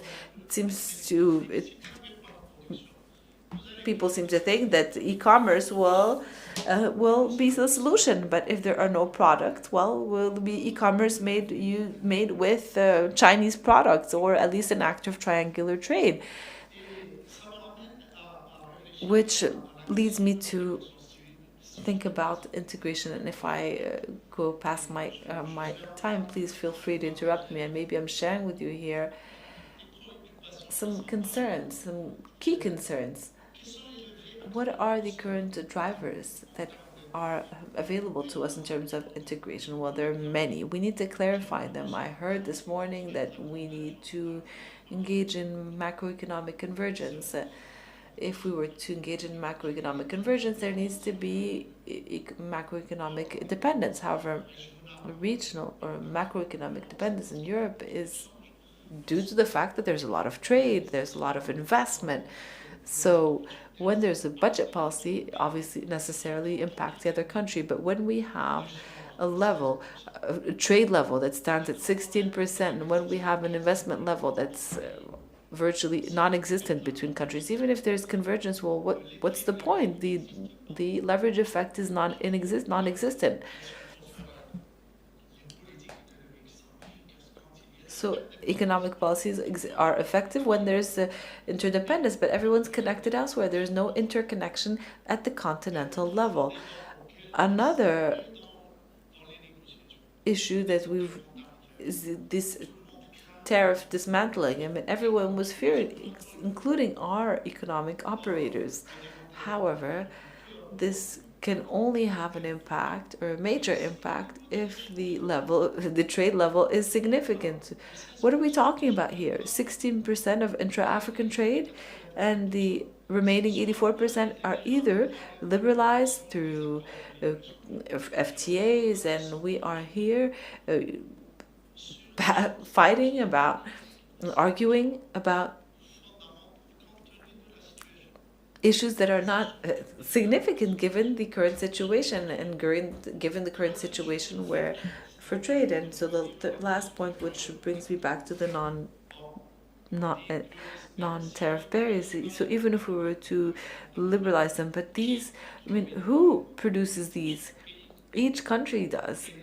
There are some issues of these dismantling of these non-tariff barriers even within the country. So these are the products of these are institutions. I mean, market access regulation. I mean, market access institutions that introduce these. So generally, we say, okay, well, we will turn to UNCTAD, so that whereby if an economic operator has an issue, they will enter this on a website, and so they will send this to the RECs, and so the RECs will send this to the country, and finally, what would the country say? It's say, okay, well, here's my regulation. I simply enforce my regulation. Have we resolved the issue of the economic operator? Well, no. So without any convergence and without any convergence policy, without any desire of heading towards a common market and all of the work that needs to be done. I mean, for the UNCTAD platform is only a technical resource. And here again, we have a major issue. The third issue is infrastructure. The entire world considers that the state needs to be funded and financed, and so Europe was built with the financing of the European Union. All of the highways in Spain were financed using European funds. But if the European Union does not have this capacity of financing in African infrastructure, well, we cannot head towards integration. And I invite you to maybe drive down to Senegal or Mali with a Moroccan truck driver to see all of the challenges where there are in fact many challenges. So I might list a whole array of issues. The rules of origin. We found the easy solution. Oh, well, we'll simply have a 50% VAT. But sometimes we don't even have a 20% VAT at the national level. So how can we manage this? So the issue of rules of origin cannot be addressed without policies. Common sectoral policies that identify the value added, identify the complementarities, and that can actually achieve these win-win projects. I believe that what's done currently by OCP, namely for fertilizers, is a great example that's worth being followed. We have a resource, we try to share it with people that need it, but not only by trying to sell it, by building plants together. For instance, it's not because it's my country, but I believe that this is a great example that is worth being followed and that can generate some great results. So the moderator is prompting me to conclude. So I just would like to conclude on this note. This is the role of the private sector. Many people consider that the states will engage in this integration. It is not the state, it's the private sector. And there are a lot of deficiencies in the private sector. And sometimes these sovereign funds need to be created to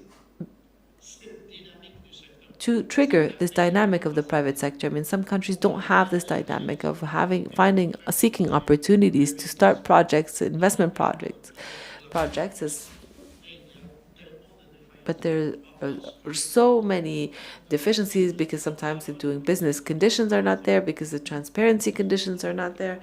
So, final point. I believe Mr. Fathallah Walalu has mentioned this.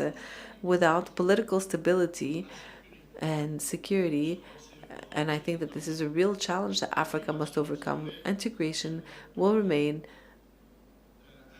maybe a wish. And with what's going on, have we reached a maturity to actually manage our regional and intra-regional conflicts? And here again, we have inherited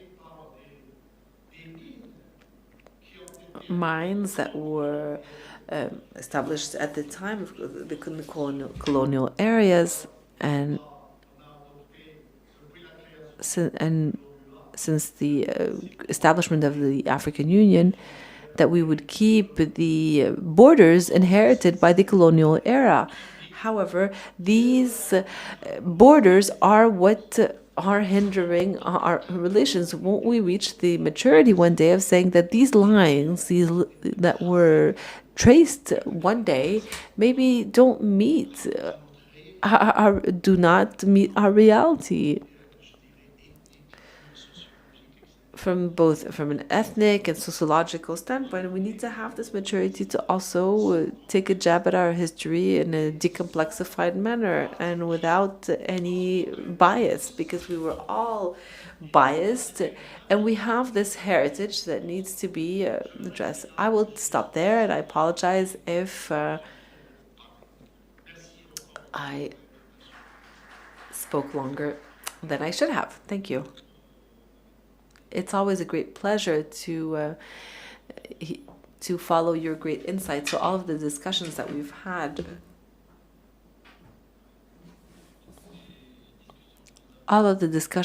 had, today have been very insightful. At least I learned a great deal. We will now give the floor to the audience. It's past 6 p.m. and so with your permission, let's maybe take a couple of questions, no more than 2-3, to make sure that we can wrap it up. Let's take a first round. Mr. Hofran.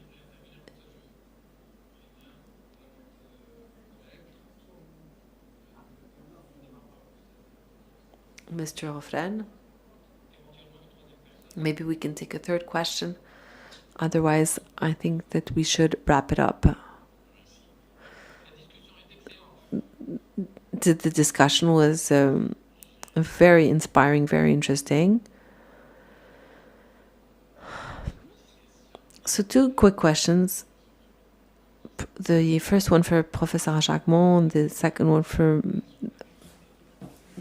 one for Madame Mengoub. So you spoke about the non-sustainability of many African countries, especially given the GDP to public debt ratio.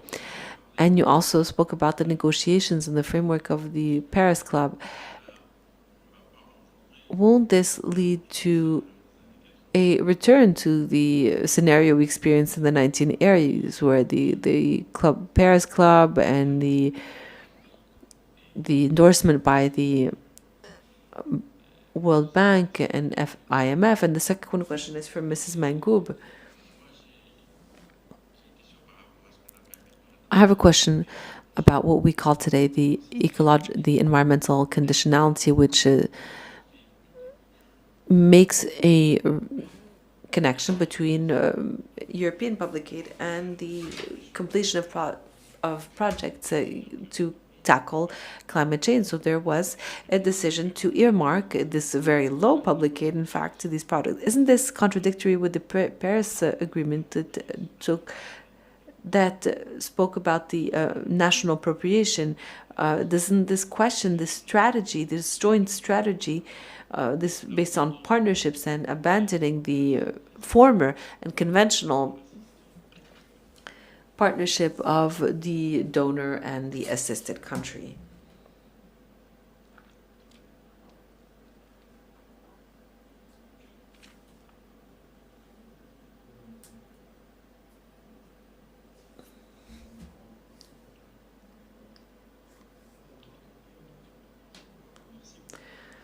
Thank you very much for your presentation. I have a quick question that I'd like to ask to Professor Jacquemont.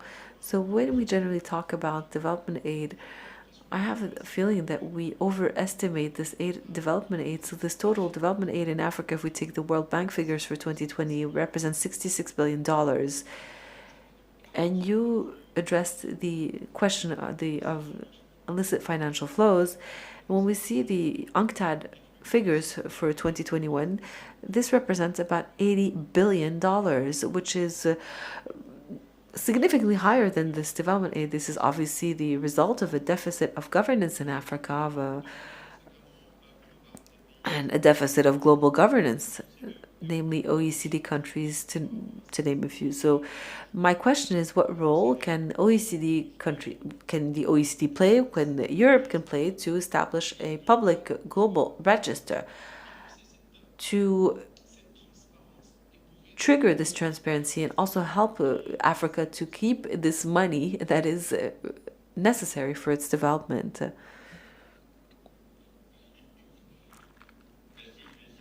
Thank you. I'll try to be very brief. First, I'd like to say that this situation related to the crisis in Ukraine is an accelerator of an energy transition. We can also discuss the return of coal in Germany, but I think this is temporary, and I think that this will push us as Europe to change models. I mean, my country, in fact, is lagging behind compared to other European countries with respect to the solar models just because nuclear energy was prioritized. There's a policy which is deliberately in favor of change. So if we focus on the long term, well, at least it has this positive impact. I also would like to reassure Mr. Benayat on 2-3 points, if I do manage to do so. A topic that's extremely delicate, but that's close dear to my heart, which is immigration. Please bear in mind that in my country, there's a great majority of people that are in favor of immigration, based on the mere observation that in Paris, 20% of workers, 21% of workers, the latest figures were published two days ago, are from abroad, are from Morocco, Senegal, Algeria. Without this labor force, our system would absolutely collapse. And so this mere observation is made daily by my fellow citizens, and this visa policy is absurd. And I can tell you this as a former diplomat, this visa policy that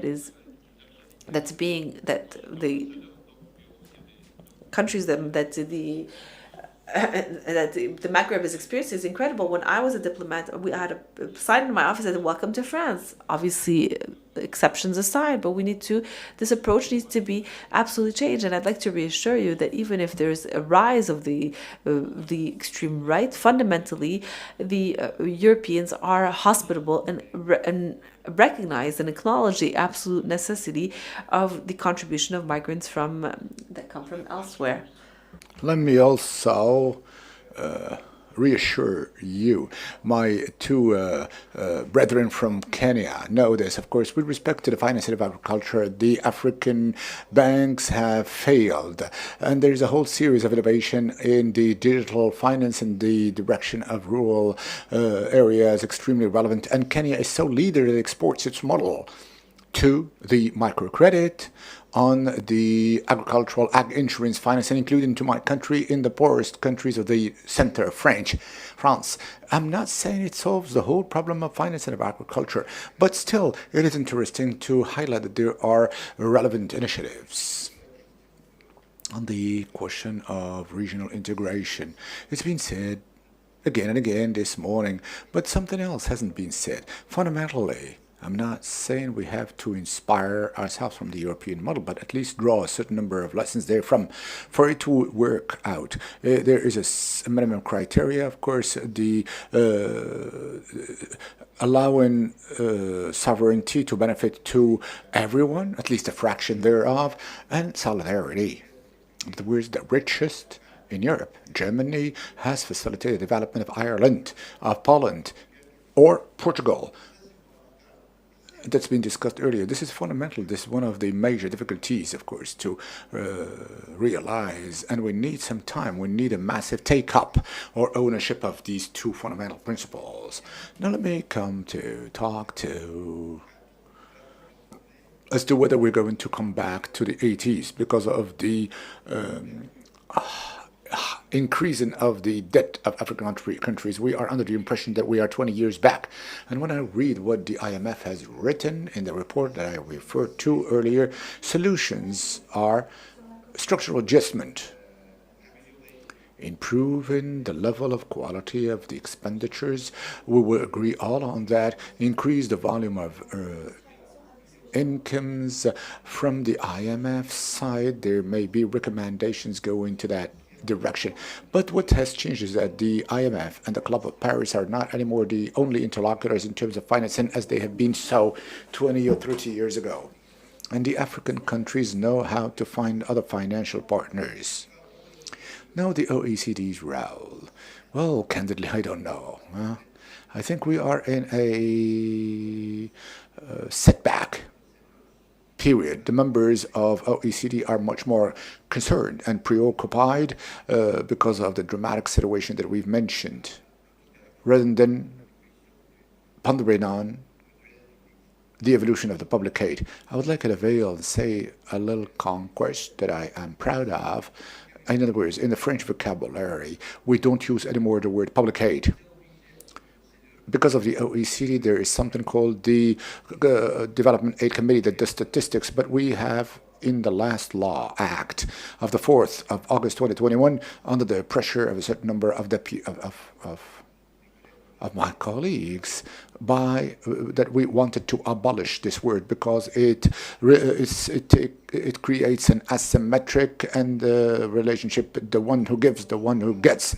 And this does not really highlight a partnership based, but rather donation based. So politically, it's symbolic, but politically it has a meaning. If we can disseminate this idea whereby we have to remove the word aid, assistance, etc., that are completely absurd when we want to establish a partnership-based relationship, at least we would have won politically, on the political front. This is what I wanted to say. Thank you.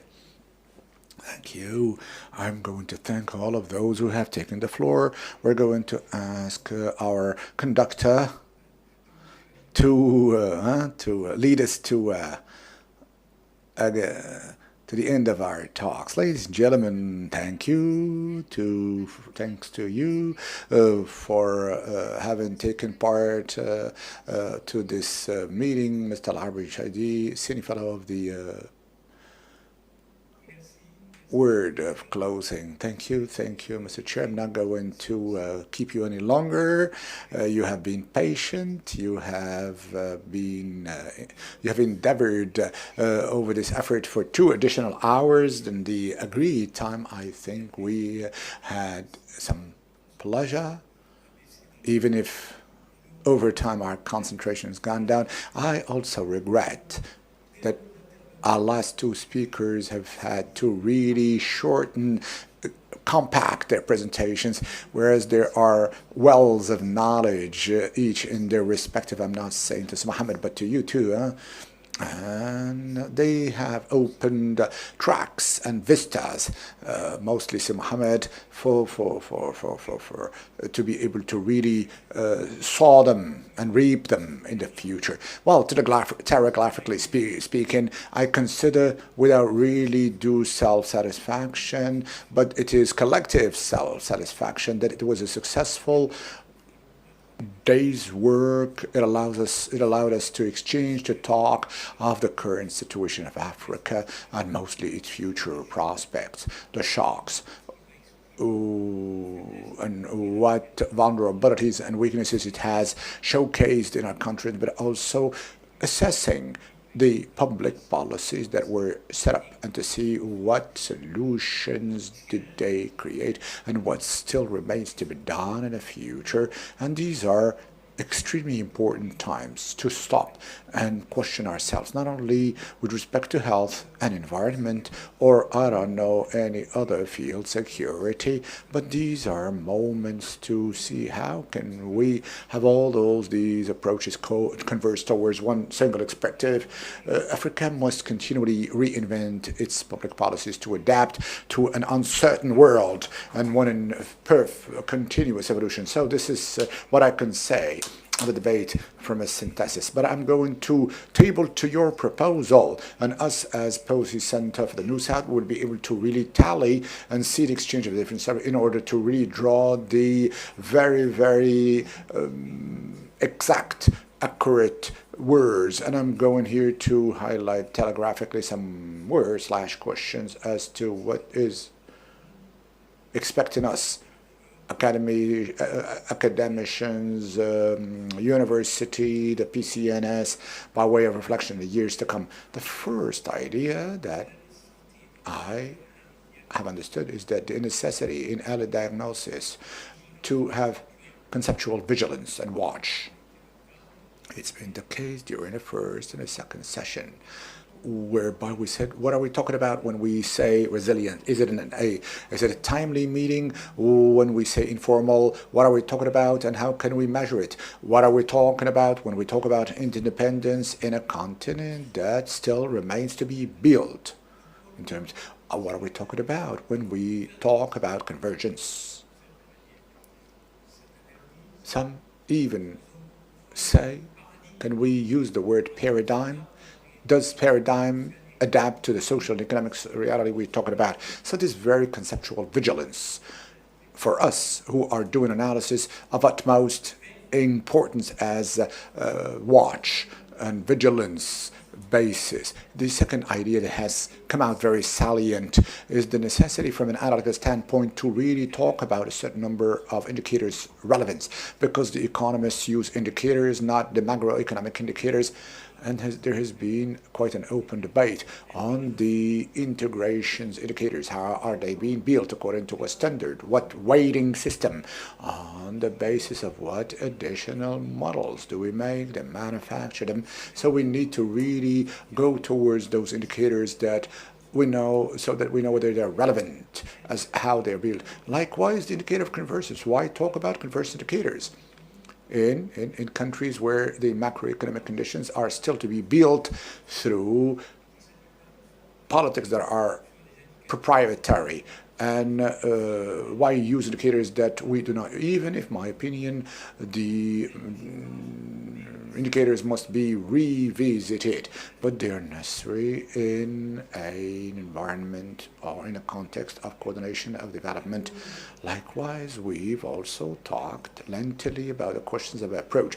How can we talk about the African macroeconomic? Should we do it globally or based on diversity or with the modeling, or should we approach it through classical indicators? Should we go to and refer to countries sharing the same structures?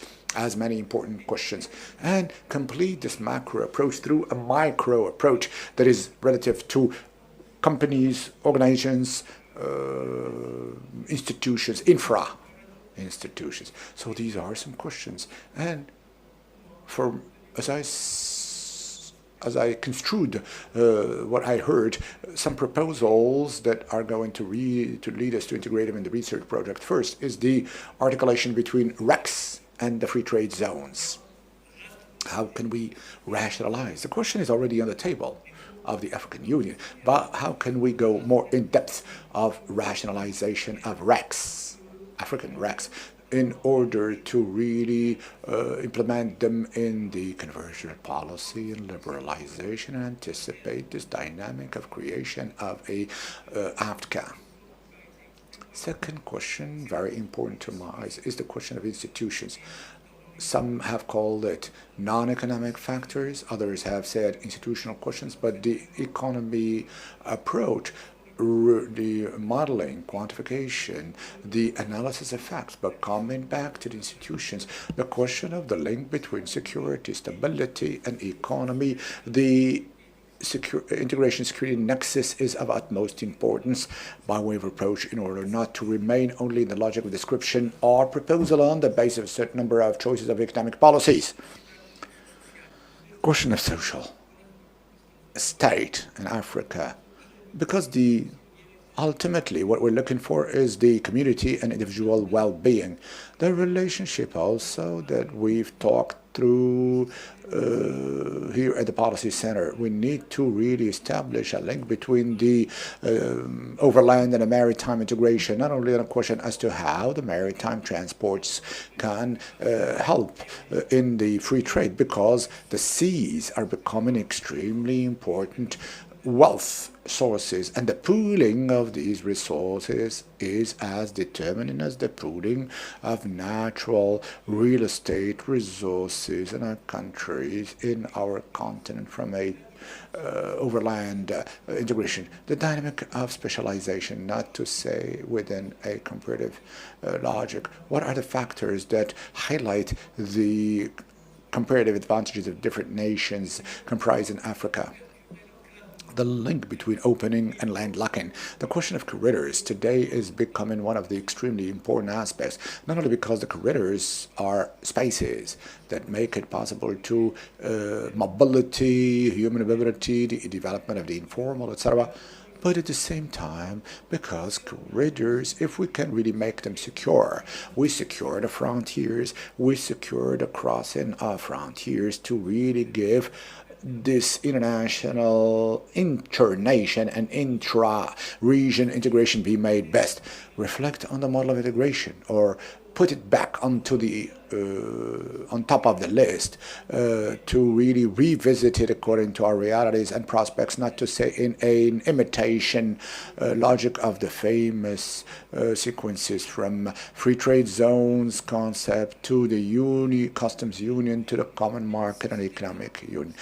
Even if these steps are necessary in any integration process, but in their combination, in temporality, according to our realities. It is also the question of the temporal inconsistency you've mentioned, which is of utmost important to create a link between the medium to short to long term.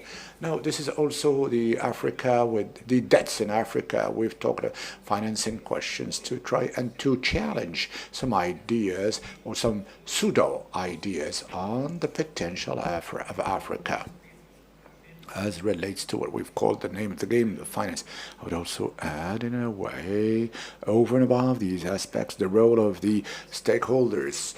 And the private actors are also determining and decisive in taking up the dynamic of integration and the construction of an economic community, be it regional or continental. For the states to prepare, pave the way, and create the environment. If the relevant stakeholders are not involved, it will remain out of sync and in mismatch with whatever potentials. So these are some ideas on which we're going to be working in the future for us to be able to address the challenges of our continent and be able to also meet with your questions. Thank you.